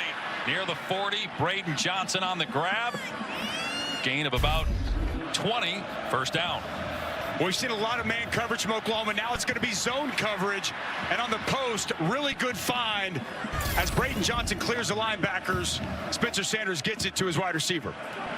Sanders throwing to the sideline to Cassidy, who's matched his catch total from the season in this game. 2 tonight. He had 2 coming in. Stutzman on the tackle. 10 yards, another 1st down. 2nd time this quarter we've seen Oklahoma State be able to move the football. Last time they were stopped on 4th down. Can they get it in the end zone? Sanders looking to the left all the way. The receiver didn't break again. It's the 2nd time we've seen that. This time it was Bryson Green, and Sanders thought he was going to run down the sideline. That's where the ball went. It was Jaden Bray early on in the game. Remember, he just shut it down, and Spencer Sanders threw it and it wound up being an interception.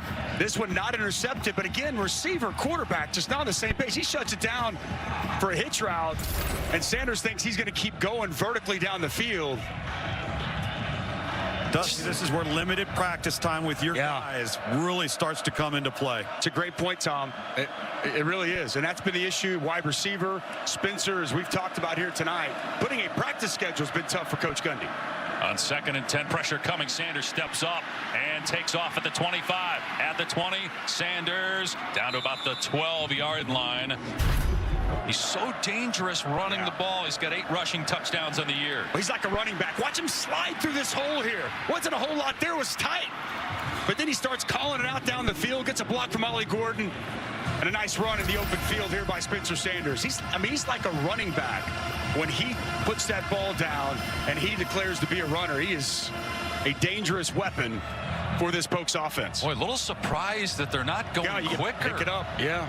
I mean, especially 1st down, big play. A lot of times you see him get up there and continue with up tempo, but they didn't that time. They took about 30 seconds off the clock, and that A no gainer there with Gordon getting wrapped up by Coe. In fact, it's a loss on the play of a couple.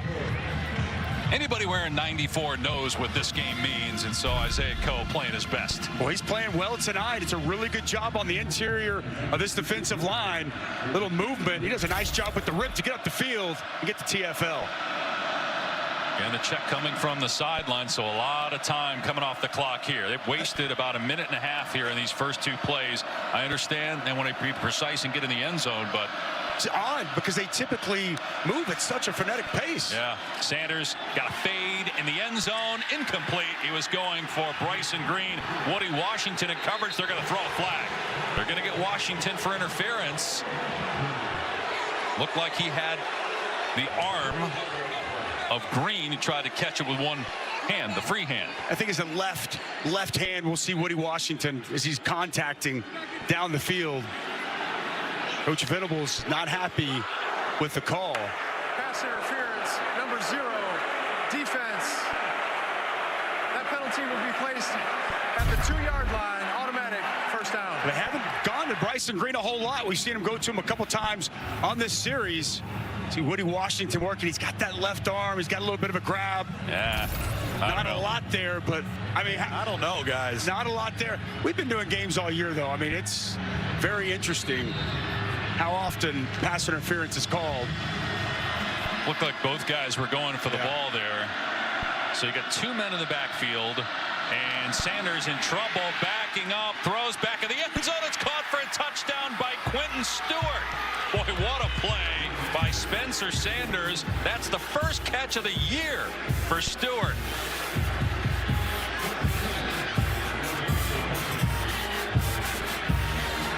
Well, they cash in after the pass interference call. Go big, heavy personnel. Quentin Stewart hasn't had a catch all season, and now he's got a touchdown in Bedlam. 2 tight end set, 3 tight end with Schultz on the other side. I like the patience of Sanders backing away, trying to buy some time, and Quentin Stewart sneaks out wide open, and it's a touchdown for the Cowboys. 7-play, 61-yard drive that took just over 2 minutes. But again, a lot of those seconds came off when they got inside the 15. But it's 28-10, and to have possession at least 3 more times to have a shot. 1 minute to go in the third. Let's take a look at our Aflac trivia question for tonight. So it's the 113th straight year that Oklahoma and Oklahoma State have met. That's the second longest active streak in FBS. Which series is first? Great question, Dave. I mean, I could guess and throw out like 4 or 5. Number 3 for Oklahoma is 4 or 5. Well, I mean, you just think about all the, Auburn, Alabama, Michigan, Ohio State. Michigan. It's got to be FBS. Yes. I would imagine. Where are you going, Tom? I was thinking something in the Ivy League, right? Look at you. Going to the Ivy League. But it can't be, though. It's only FBS, according to our fearless leader. Well, I just read the card. Do you know the answer, I didn't Dave? come up with. I actually don't know the answer. They used to give us a clue, or they give me the answer on the card, and I could lead you one direction or the other if I wanted to fool you, but I did not have that tonight. It really is such a great game. This state of Oklahoma is an amazing place, filled with amazing people, and they are passionate about their football. They are passionate, whether you're in crimson or whether you're in orange. Man, you love your school and your team. Makes it such a good rivalry. Here's Farouk. They wanted to make him field that. He's dropped 3 passes tonight. He did. He did not get to the 25. So let's answer the Aflac trivia question. It's got to be something obscure. I'm going to just throw out Iron Bowl. That's what I was going to say. Auburn, Alabama. Can't be right. No way. All right, guys, go ahead. Roll it. Edge of my seat here. We're good here. Minnesota, Wisconsin. Would not have got that. I should know that. What is that? Grew up in Madison. Is that Come on, Dave. Is that when Paul Bunyan's axe? I can't ever remember. For the axe, yeah. There's so many trophies in the Big Ten. It's tough to keep up. Jason Llewellyn, by the way, shaking up for Oklahoma. So if you're Oklahoma right now, you're 5-5. You've had a rough year. Yep. Are you starting to get a little nervous if you're a Sooner fan? If you're these players now, are you starting to doubt? You have not scored since the first quarter. You got to finish. I mean, right? I mean, that's what you preach as a team, as a program every day. You got to finish ball games. You got to finish seasons. And that was a big point of emphasis talking with Brent Venables yesterday. Clearly, he's not happy with the results. But it's interesting. He said that he's still having a lot of fun, thinks he's getting a ton of buy-in from these players, feels really good about the outlook and trajectory of this program moving forward. You know, they got a really good recruiting class coming in, but you got to find a way to finish this game. So I can understand if there's a little bit of apprehension from people watching here, Sooner faithful. But what about the players? They got to get first downs, guys. That's what I was going to say. They got to move the sticks, sustain a drive. Yep. We haven't seen that in a while. It's a program that won 14 Big 12 titles, 6 in a row until last year. As Gabriel takes off, and he's out to the 27, so a gain of 5 there for Gabriel. Take the clock down inside 30 seconds to go, unless Oklahoma continues to go quickly, which they will, despite the 18-point lead. Gabriel looking, throwing, and a back shoulder throw that's incomplete. Mims, and a flag downfield. Actually, flag is at the 28, so about a yard downfield. Ineligible player downfield, number 71. Offense, 5-yard penalty, still second down. And it's counteraction, right? This is RPO. And the reality is offensive linemen don't know. They're blocking counter, and Dylan gets the read that he wants. He wants to throw the shot to Marvin Mims, and they obviously get Anton Harrison for being downfield. Just took too long. Yeah, exactly. They're going to allow you about 3.5 yards. That's kind of your buffer there. Yep. That's tough on an offensive lineman. You have no idea. You're just blocking as well as you possibly can. He was about 7 yards downfield, Dusty. He was down there. Yes, he was. So it'll be 2nd and 10 after the 5-yard penalty. 37 seconds to go. Does Oklahoma just run the ball here and then take it to the fourth quarter? Again, this is as much about the clock and keeping the ball away from Oklahoma State so they don't even get possession. Oklahoma State's coach has elected to decline the ineligible player downfield. It'll be 3rd down and 5. That's very interesting. Now you decline the penalty, so if Oklahoma doesn't get a first down, there's a chance Oklahoma State gets the ball with one play here in the quarter. But if they get a first down, that might cost them 3-4 minutes in the fourth quarter if they pick up this 3rd and 5. If they decided to milk the clock any, which we have not seen them do whatsoever. Oklahoma, the struggles continue offensively on 3rd down. That's why Gundy did that. Gabriel, down he goes at the 24-yard line. And it was Nathan Latu that got the sack. And Oklahoma will have to punt again. Well, it's also Ben Kapinski who makes a nice inside move. And listen, Tyler Lacey, one of the best defensive linemen, isn't playing. Trace Ford is out.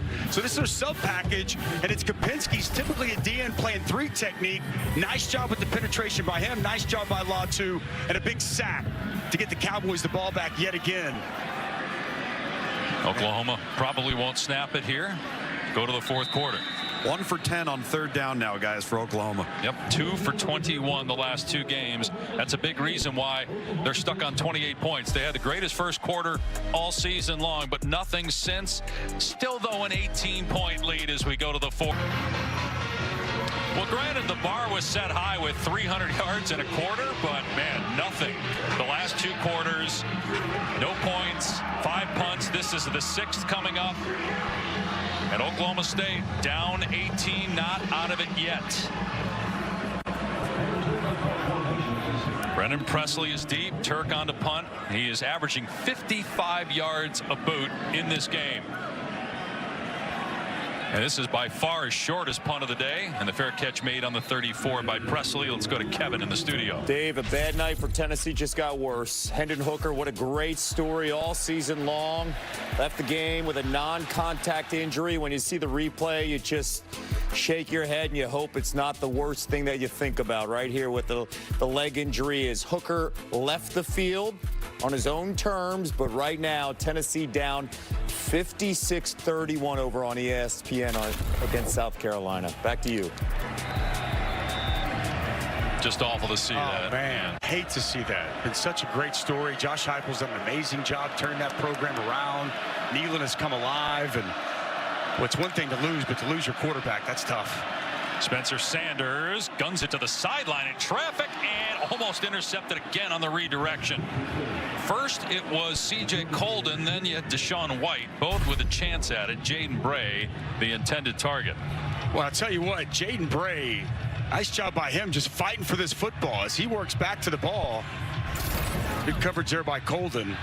Did that hit Bray in the shoulder? It did hit Bray in the shoulder. You got to be able to come up with that catch. I thought initially Colden got his hand on it.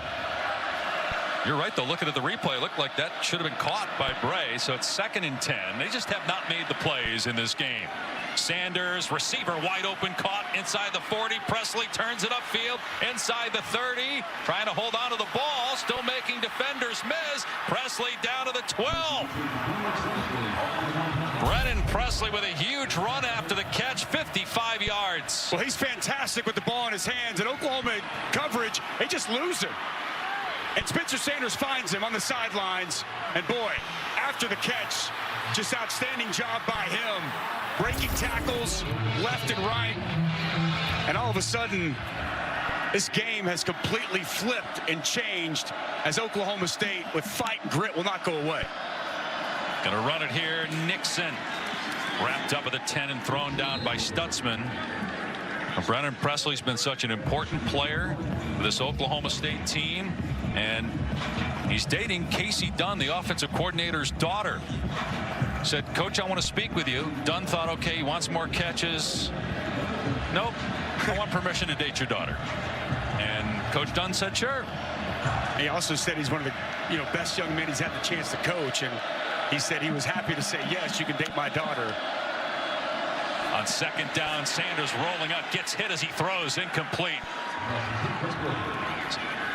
Going for Bryson Green. Sanders a little slow to get up. Isaiah Coe belted him. I am really surprised he didn't dump this down to Rashad Owens. He's got Owens wide open in the flats. Some green grass out in front. He wanted to take the shot in the end zone. Man, seemed like the smarter, better decision right there would have been to put the ball in Tin's hands. So now I got 3rd and 8. You can still get a first down before Paydirt. 4-down territory. Oklahoma may be bringing pressure. Sanders now leaving the pocket, sidearms it to Nixon inside the 10, and he gets walloped at the 8-yard line. So just a couple of yards. It's going to bring up 4th down, and this really is the game here. You kick the field goal here. It's a two-touchdown game. I'll be intrigued to see what he elects to do. It's a 3-score game regardless. Right. Yep. I think it makes the most sense right here. Go ahead and get the points. Make it a 2-score game. Your defense is settled in. Oklahoma's offense has become stagnant. I think because they got down here so quickly. Right. Probably originally Mike Gundy's thinking, we're going for, 4-down territory, but they got down there in a minute and a half. Yeah. 25-yard attempt. Tanner Brown made a 24-yarder earlier. And it hugs the right upright, but it's good.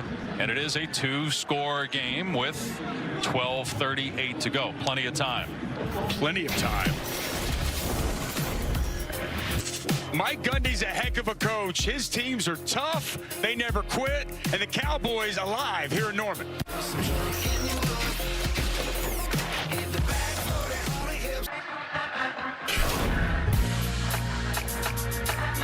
Well, Oklahoma State under Mike Gundy, they have taken their program to another level. It's why I think he's one of the best coaches in the country. Look at those numbers, at what he's been able to do. Bowl eligible once again this season, 17 bowl appearances, 156 wins. They developed their talent in Stillwater. Rob Glass, a great strength conditioning coach. And Mike Gundy's just done one heck of a job. Farouk doesn't even make it to the 20. They've made him field it again since he's had 3 drops. And again, he didn't get to the 25. Let's go to the studio and Kevin. Dave, time now for our Dr. Pepper Fansville studio update to the Rose Bowl. Number 7 USC. Former Oklahoma quarterback Caleb Williams finding Jordan Addison right there. USC on top against UCLA. Then it's the Trojans defense forcing the turnover. Big hit on Dorian Thompson-Robinson. The sack, fumble, and then SC just punched it in. They're up by 10. Back to you.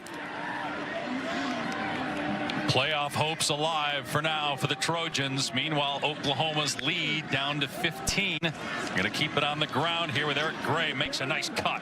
And he's up to the 25 for about 6 yards. Kevin touched on Caleb Williams. You think of all the great quarterbacks the last decade here at Oklahoma. Dylan Gabriel, player trying to take the next step with the Sooners and get a big win. See if he can make the plays at the right time. Going to hand it off to Gray. No gain. Third down coming up. Benson and Taylor team up on the stop. Really good team tackling, and that's what Derek Mason told us he wanted to see. Got to get multiple hats to the football. It's a nice job corralling Eric Gray there on second down. And boy, it's been a stark contrast since the first quarter for Dylan Gabriel. Look at that. Wow. 5 of his last 18. This is their 9th possession since the first quarter. They've had 4 3-and-outs. Will it be number 5 or will Oklahoma get a first down? Gabriel to throw, in trouble, moving to his left, and just throws it away. Another 3-and-out for Oklahoma. Are they going to say that Stoops? No. Going to be 4th down. Oklahoma will punt it again. So clock stopped. 11:33 to go. And they snapped that football on second down quickly and on third down quickly. Almost no time comes off the clock, and another 3-and-out. Really nice job there on the perimeter. Xavier Benson applying the pressure to Dylan Gabriel. No one getting open. Continues here for this Sooners offense. You said it, though. That's what they do. That's how they run their offense. But got to know the moment. Yeah. Turk with a punt. Presley signaling, has it at the 27. So another good punt. 48 yards. No return. Less than 2 minutes taken on that drive for Oklahoma. Oklahoma State ball. We come back. Saturday Night Football on ABC is presented by Capital One. What's in your wallet?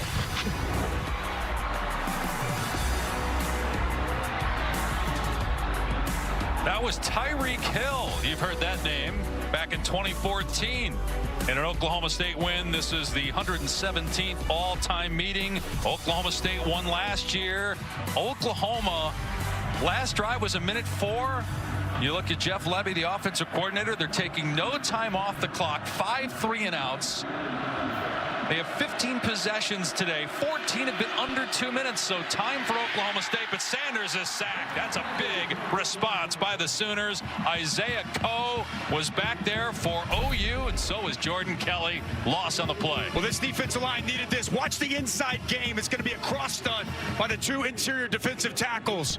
The 3 technique first, the nose wraps around, and they both combine for a big sack. Loss of 5, 4th sack of the day of Sanders. Trying to set up a screen on 2nd and 15, and they're all over it. Laulu, who had an interception earlier, takes down Gordon. That's another negative play. Loss of 4, and now it's 3rd down and about 19. Boy, and Laulu does an excellent job feeling this, reading it, and then making the play. As he's looping around, he sees the offensive lineman pulling, getting out in front. Another tackle for loss on the screen. Very well done by Jonah Laulu, who's having a very memorable Bedlam here in his first opportunity. 3rd and 19 from their 18-yard line. They rush 3. Sanders on the move. Throws it, and it was almost intercepted. It's a little high, intended for Stutzman. Stutzman actually was the man that almost intercepted. It was intended for John Paul Richardson. So very quick 3-and-out for Oklahoma State. But again, Oklahoma's been going so quickly. Oklahoma State should get at least 2 more possessions. And Oklahoma sits back, plays coverage. Use Deshaun White, their cheetah, as a spy on Spencer Sanders, and really well done covering up everything down the field. Stutzman right there in the throwing lane, helping force that incompletion, and a much-needed 3-and-out stop for the Sooners defense. Cowboys had scored on their last 2 possessions prior to that stop. Here's the punt by Ward. Mims moving forward, gonna let it bounce. And down to around the 40-yard line, so not a great punt. 42 yards. Oklahoma ball. 10:03 remaining. Still up 15.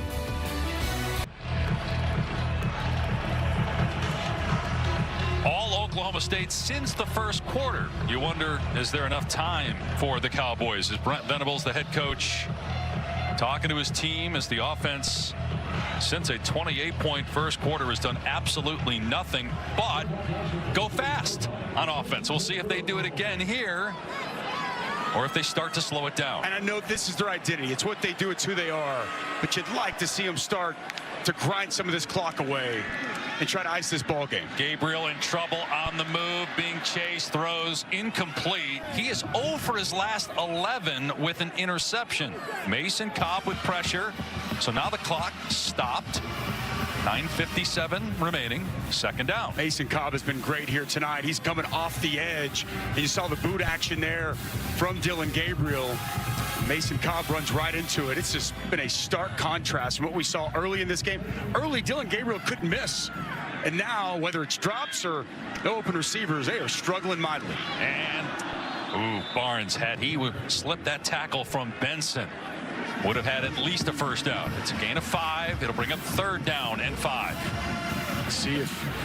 Go ahead, Tom. I was going to say, Dusty, look at the play clock, just as you've been talking about. I mean, this thing's sitting here counting down, and they're going to snap the ball. 3rd down and 5. They're 1 for 11 on 3rd down for the 2nd straight game.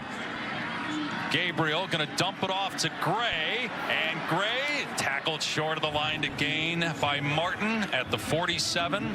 4th down and 3.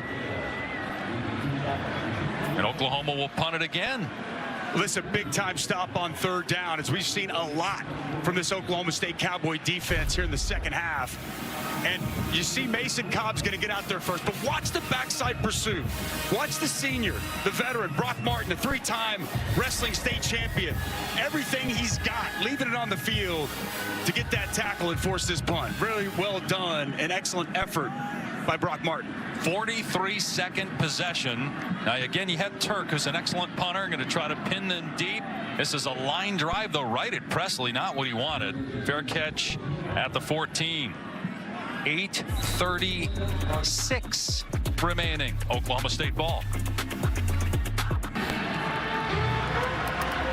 Two head coaches who know all there is to know about this rivalry. Even though Brent Venables in his first year as the head coach was here in Norman for 13 years as an assistant. Mike Gundy played in this rivalry as an assistant under Les Miles, and now the head coach Spencer Sanders. Since the 3 interceptions, much better.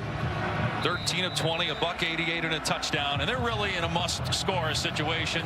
Down 15 points with 8.5 to go.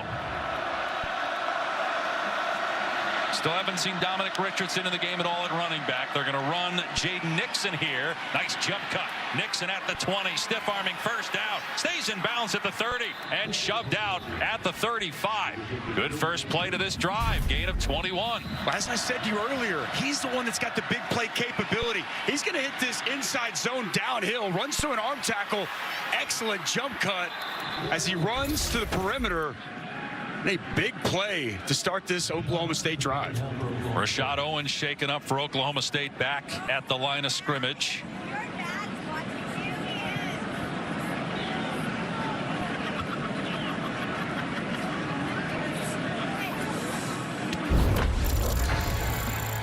We showed the graphics. Spencer Sanders has been much better since that 3rd interception. Let's take a look at a couple of these plays he's made here in the second half. Nice job on the post.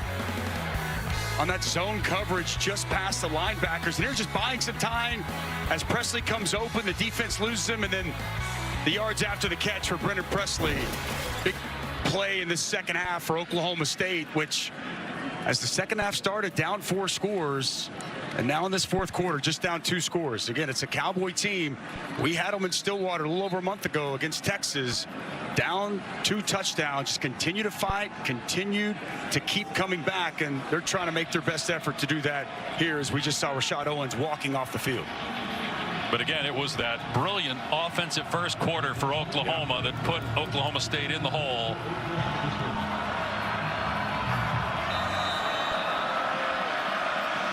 .27 to go, down 15, all 3 timeouts, needing 2 touchdowns and a 2-point conversion. Sanders sidearms it incomplete. trying to hit Braden Johnson across the middle. 2nd and 10. Just a misfire there by Spencer Sanders. On the move, doesn't have the accuracy. That ball sails well wide of Braden Johnson. RPO action there. Hard to throw a slant rolling to your right. And no doubt about that, Tom.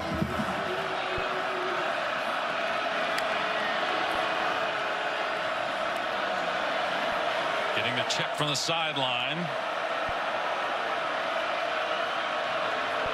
Play clock at 10. Sanders on 2nd and 10. Going to the air again. Everybody covered. Sanders in trouble. Gets outside the pocket at the 35 and shoved out of bounds at the 38. And the official might throw the flag. Agwebu shoved him. The official was hovering around where that flag was, thought about pulling it, did not. It'll be 3rd down. The contact and the push came when Sanders was still inbound. So I think that's the right call to hold on to that flag. It was very close, but he was still inbound. That's smart by Spencer Sanders. Nothing was open down the field, and he just held on to it. 4 down territory here for the Cowboys. I watched Brennan Presley in the slot up top. On 3rd and 6, Sanders again has to leave the pocket. He'll take off again at the 40. Knocked out of bounds close to the 1st down. He seems to have it. Yep, 1st down at the 45. Marcus Stripling shoved Sanders out of bounds. Look how dirty that jersey is. That tells you all you need to know about the toughness of Sanders. Stripling tries to come inside and get an inside move, and he gives up the edge. You can't give up the edge to a guy like Spencer Sanders. That's a smart play. It's a Russell Wilson back in the day-esque type of play to hold that football over and move the chains. Sanders slings it to the sideline, complete inside the 45 of Oklahoma to Braden Johnson. Another 1st down. Sanders starting to heat up now. 11 more yards through the air. 7:15 and counting. Clock will start on the ready for play. Braden Johnson, we've talked about tonight. The senior, been banged up all year, making his presence felt here in his final Bethel. Sanders drops back to pass, looking downfield, steps up to run again, and he's tripped up at the 37-yard line by Laulu. So it's going to bring up 2nd down and about 5. Inside 7 minutes remaining now. And rushing 3, sitting back in that zone coverage. Big holes opening up front for Spencer Sanders to pick up decent yards on the ground. Sanders about to get trilled, delivers it to the 30-yard line. Bryson Green made the catch and got out of bounds. Clock will start again on the ready for play, but it's a 1st down, gain of 11 more to the 26-yard line.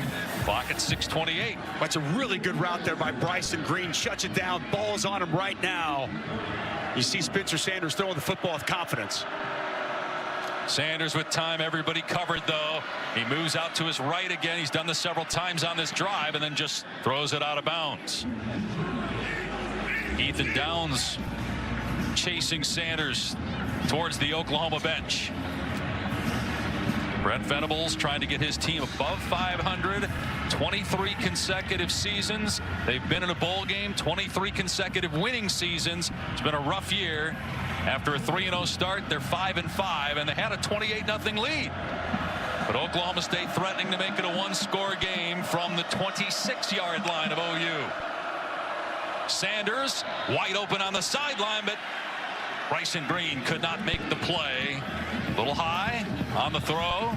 It'll be 3rd down. What's a missed opportunity here? Bryson Green wide open. Oklahoma sitting back in zone coverage. A lot of cushion there from Woody Washington. And Bryson Green kind of mistimed his jump there and unable to bring it in. That's one to look back at.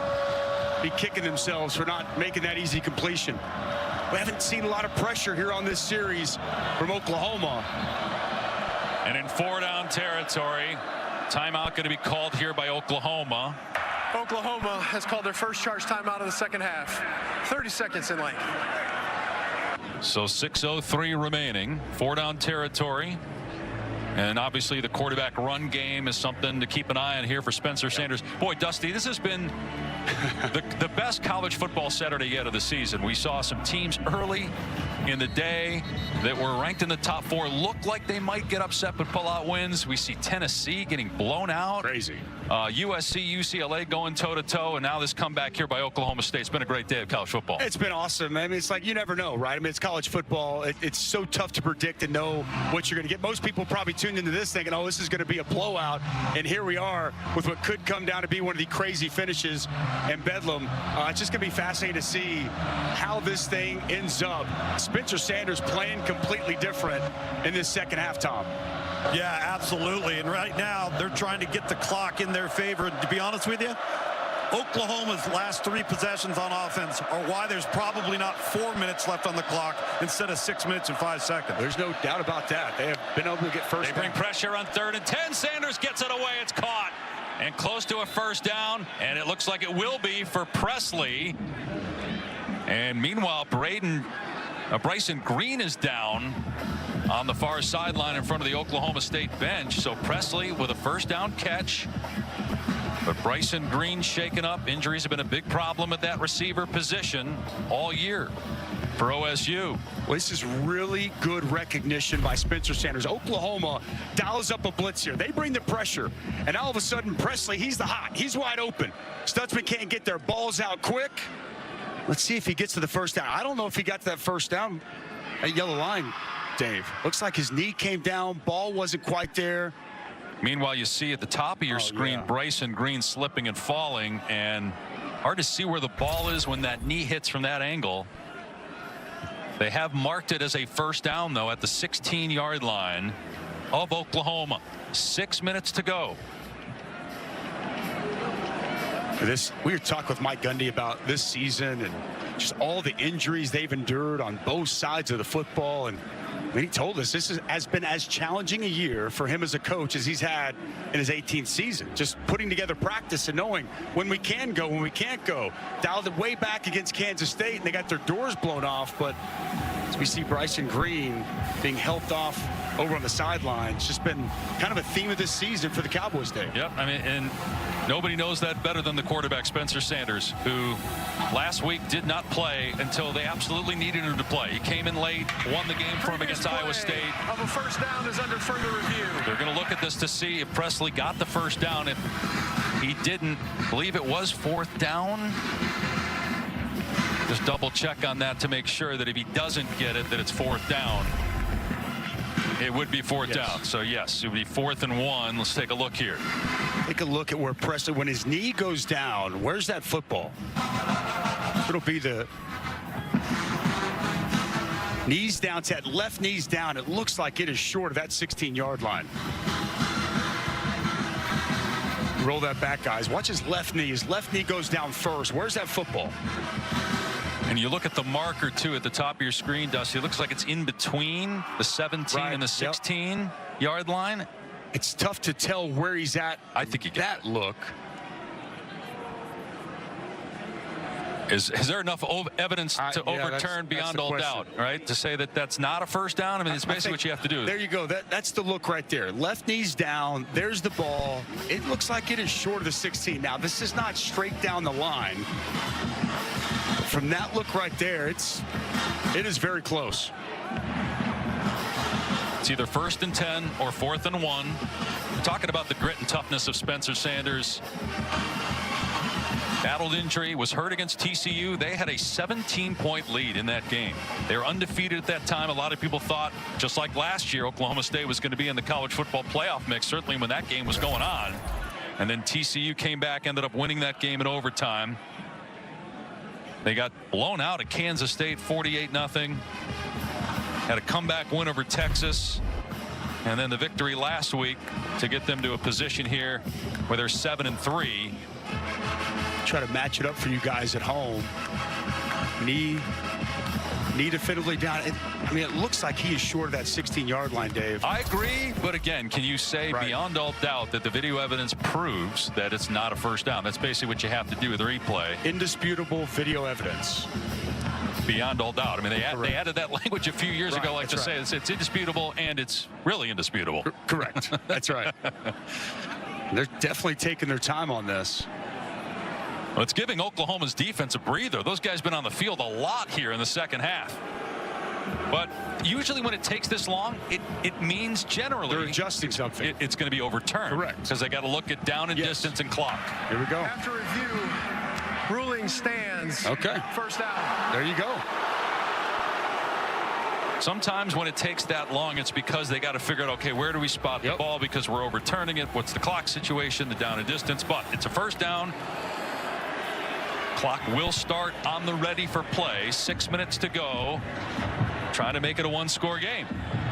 And it's a great identification of the blitz and where your hot is for a veteran in Spencer Sanders. New right now, pressure comes.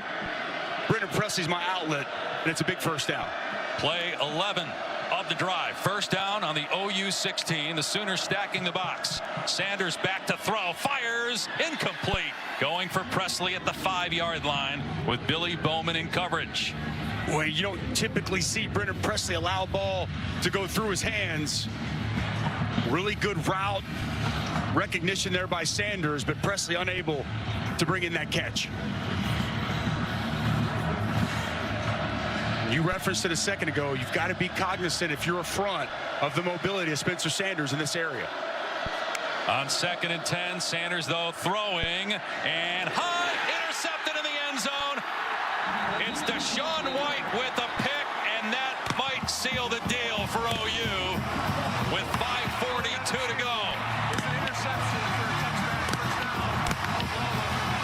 Well, the last couple of games against Baylor and against West Virginia, the defense hasn't been able to come up with that key stop late in games. They come up with a key stop here to fend off Oklahoma State late in this ball game. And this pass just kind of sells on Spencer Sanders. Looked like he was trying to find Braden Cassidy over the middle of this field. Ball just sails high on him. Cassidy unable to get up there, get a hand on the football, and it's Deshaun White.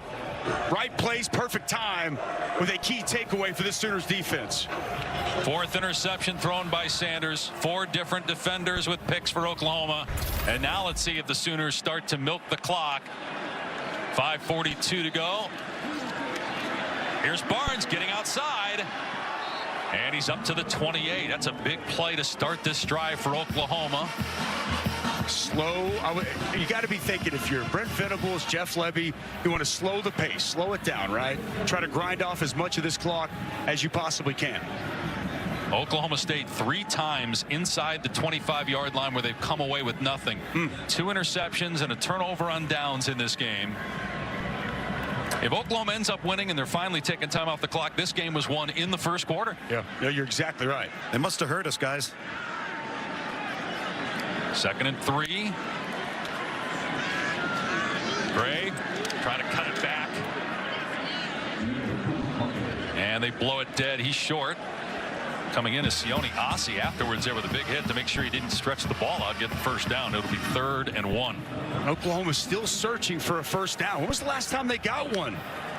They go a little bit quicker here, and Barnes cut down. I think he's short at the 29.5-yard line. They went up there to try to snap it quickly, and they did not get the first down. Benson with a good tackle.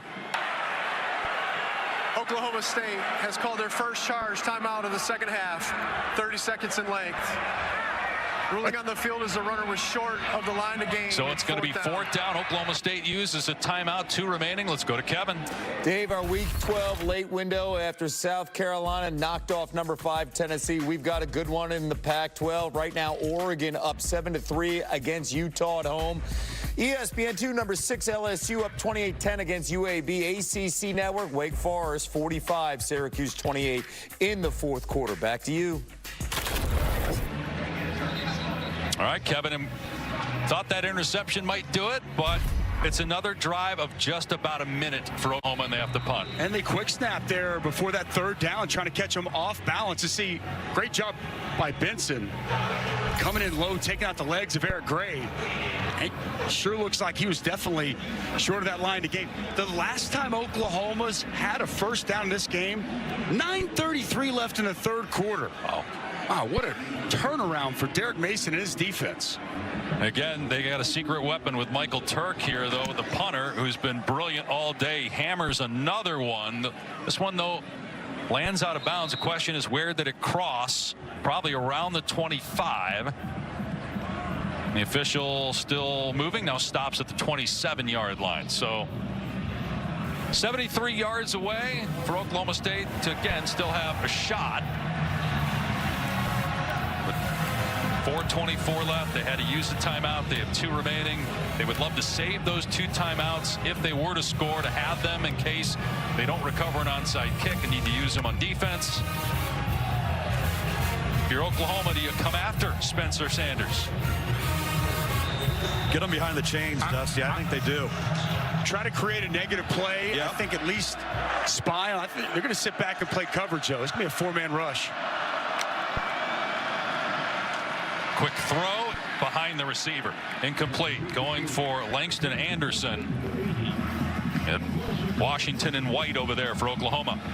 Just try to keep as much as you can in front of you, because even though Oklahoma continues to give the ball back at a rapid rate, time is on your side. I mean, 2 touchdowns and a 2-point conversion lead here. Last thing you want to do is dial up something, let somebody slip off in single coverage, and give up some big chunk explosive play. 4:20 remaining. Oklahoma State down 15. Sanders to throw. Pressure in his face. Sanders hit. Down he goes inside the 15. Jalen Redmond, who got injured earlier, back out there, and it's a loss of about 12 on the play. And it's only a 3-man rush inside. Watch him just get up the field through the A-gap and rip hard. Guard doesn't come down, and it's a massive sack for Jalen Redmond. Excellent job getting off the football and getting into his pass rush move immediately on the center, Preston Wilson. Huge play. 5th sack for Oklahoma. 3rd down and 22. Inside 4 minutes to go. They bring pressure. Sanders steps up, sacked again at the 10. This time by Deshaun White. A loss of another 5, and it's going to be 4th down and about 27 to go. And they have to go for it. With Deshaun White coming off the side, and it's going to be another zone pressure, just a 4-man rush. We see Stripling get pressure, Deshaun White get him down, and I'm a bit. I don't understand. Why is Oklahoma State punting? I don't know. There's 3 minutes to go. You're down 2 scores. I understand it's 4th and 26, but you may not get the ball back for 1 possession. Yeah, this is a tough one to wrap your head around. You're banking on getting 2 possessions with 2 timeouts and 3 minutes to go. And every second counts. Go touch the ball. It's not about the yardage at that point. Go touch the ball. Save 5 to 10 seconds. It's all about the clock at this point. Now you got 2:48, and you somehow going to have the ball twice again. A chance for Oklahoma to take some time off the clock here. 2 first downs might win the game. Problem is they haven't been able to get 1. Haven't since the 9:33 mark in the 3rd quarter, Tom. It's exactly right. And obviously Oklahoma State's got the 2 timeouts left. That statistic right there, that's wild. Talking as we came on today, Dylan Gabriel needed to win this game for Oklahoma. It looked like he was early. Direct snap to Gray, trying to get outside. He's grounded at the 39, so it's a gain of 2. Oklahoma State electing not to use its timeouts here. Lob 2 with the tackle, and if you're Oklahoma, again, don't snap it till 2:04 on the game clock. We had said that the last several series, and it hadn't happened. Be absolutely shocking if that wasn't the case here.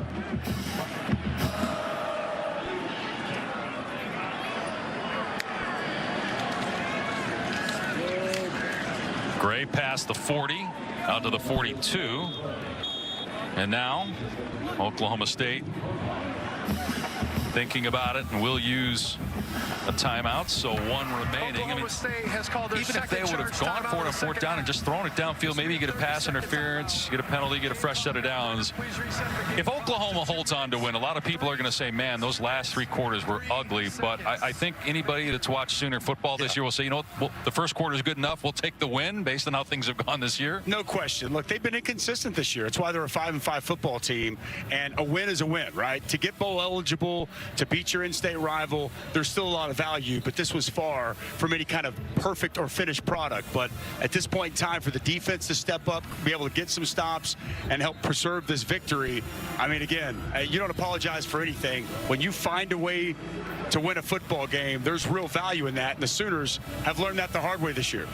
1 for 13 tonight on third down, 1 for 11 last week, and a loss to West Virginia. They have to go to Texas Tech next Saturday. So even if they win today, yes, they'd be bowl eligible, but a winning season, they've had 23 in a row of those since '98, would be on the line. Gabriel outside the pocket, almost threw an interception, batted down by Mason Cobb.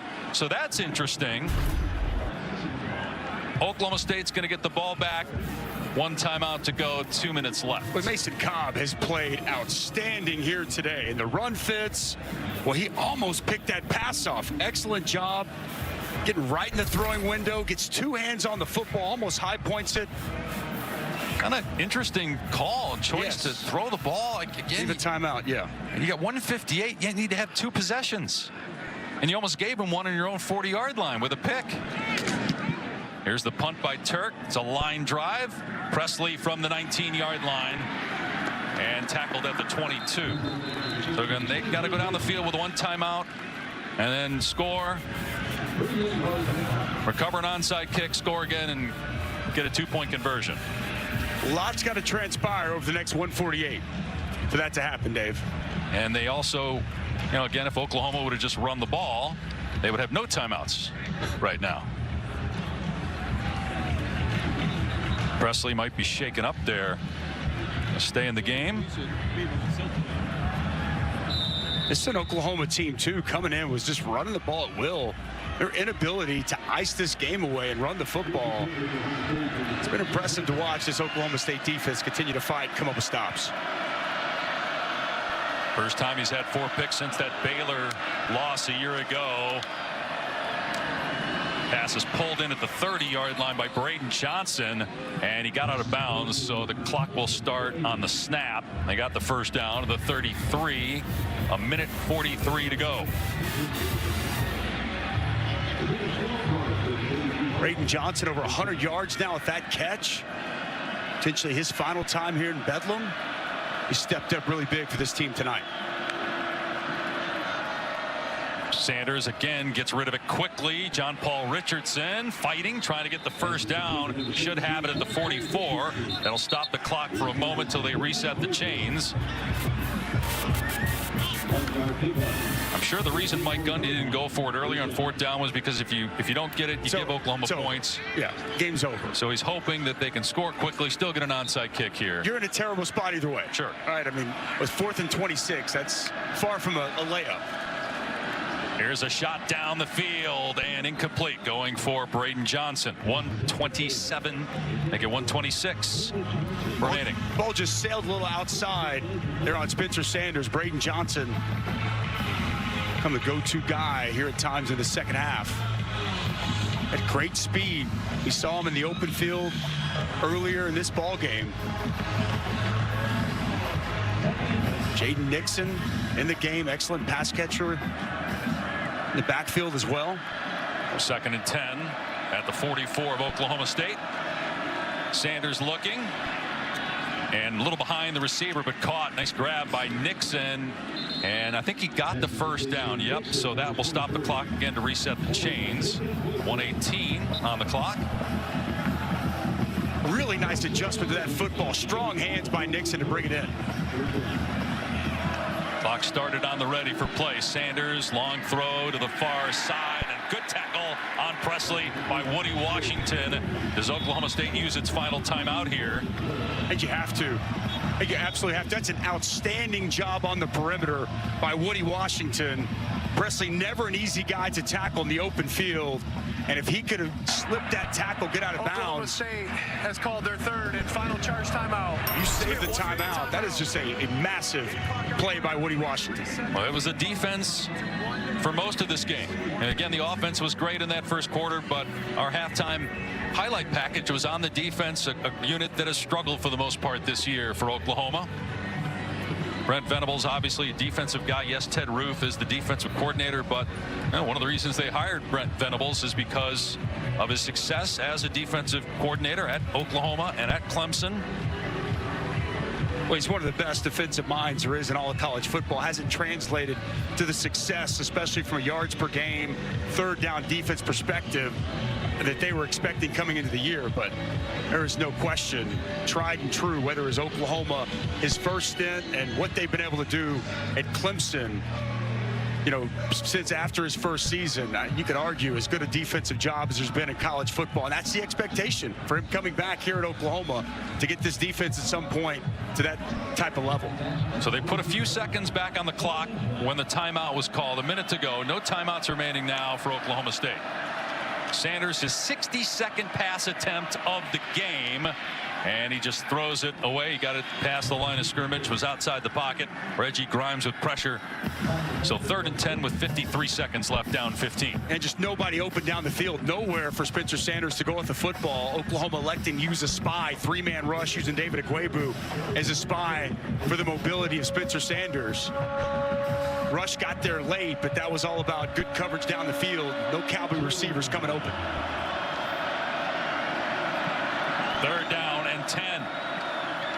Sanders over the middle. It's caught, and getting a first down is Presley down near the 30. The clock will stop with 46 seconds left. Then it will start again on the ready for play, and the Cowboys got to hustle. Really good by Presley, sitting down in that soft spot in the zone. Sanders steps up, got to get rid of it. He does to Nixon, who's got to get out of bounds, and he does to stop the clock at the 26-yard line. So with 34 seconds left, you might need to start taking a shot or two to the end zone. Time. If you're going to have any chance to get a score onside and score again. Spencer Sanders now up to 382 yards passing, Dave. We think about how slow he started. Really has picked it up the latter half of this game. But 2 interceptions thrown inside the 25-yard line of Oklahoma, including on that last drive where he was picked in the end zone. Sanders in trouble immediately, but gets out of there. Now launches it downfield into the end zone. Oh, he had John Paul Richardson. He overthrew him. I get it. Tough pass on the move like that. Now the clock's at 26 seconds remaining. And Oklahoma's been sitting back, just playing a bunch of zone coverage. Now they dial it up. They bring some pressure. Grimes comes clean. But as he does so well, Spencer Sanders gets outside the pocket, unable to locate Richardson in the end zone. 3rd down and 5. 26 seconds left for Oklahoma State and no timeouts. Down 2 scores. Sanders sideline overthrows Nixon. 21 seconds to go. 4th down and 5. Tried to hit Nixon on the wheel route. Well defended. Safety over the top. Linebacker picks him up out of the backfield. You're in a little dilemma here, Dusty. You only have 21 seconds left. You want to get the first down, but then how many more plays do you actually have in the game? Running out of time, Dave Pash. They're running out of time. So do you get something quick to the sideline, get the first down, take off 5 seconds, and then every shot after that is to the end zone and hope you catch one, and then maybe have time if you can recover an onside kick? Sanders looking, and it's knocked away. Incomplete. No flags down. Finally, Oklahoma can exhale. Billy Bowman, we highlight him from the start of this football game as one of the impact players for this defense. Runs stride for stride with Brendan Presley on the over route. Tight, good coverage by Bowman.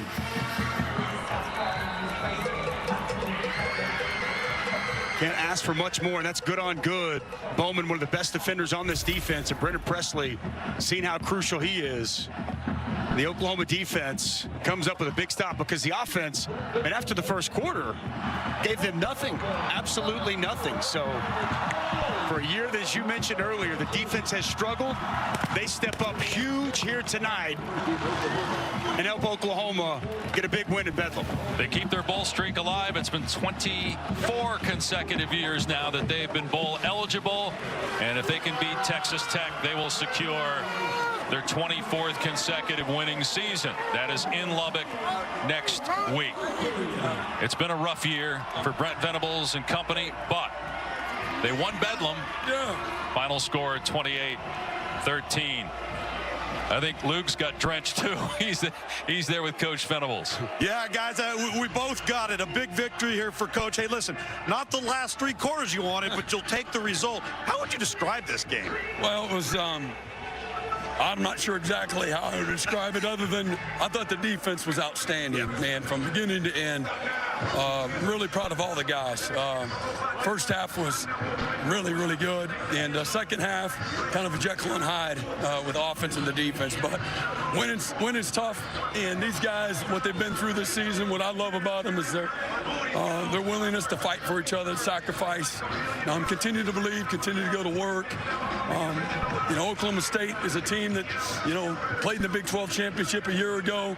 There's a lot at stake this week. That's what I know. They're giving out a trophy. State championship is one of our goals.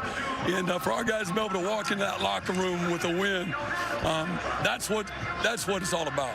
You've been a part of this matchup for a long time, but it's your first victory as a head coach. What does Bedlam mean to you? No, it means everything. It's the state. The people are incredibly passionate about their football teams, and Oklahoma takes tremendous pride in this series. And I think it's 90, maybe 93 and 17 and 5 over the last 100+ years. So who knows how much longer, if at all, we're going to play again. So I know that trophy's going to stay here in Norman, Oklahoma here tonight. All right, go get dried off. You're looking sticky, man. Yeah, I appreciate it. Thank you. Thank you. I think, Tom, you might need to as well. Yeah. Final score, Oklahoma 28, 22nd ranked Oklahoma State 13 as the Sooners improved to 6-5. And Tom did take a run of that. Tom's going to be looking for a ride home. He's not getting in my car with those wet clothes. Oklahoma 3-5 in league play, 6-5 overall. Oklahoma State drops to 7-4 and 4-4 in conference action after a 5-0 start. Each team with 1 game remaining. And with all those new teams coming in the Big 12 next year, who knows if we'll even see Bedlam in 2023. For Dusty Dvorak, Tom Luganbill, I'm Dave Pash. So long from Norman. Stay tuned for your local news coming up on most of these ABC stations. Monday. I know.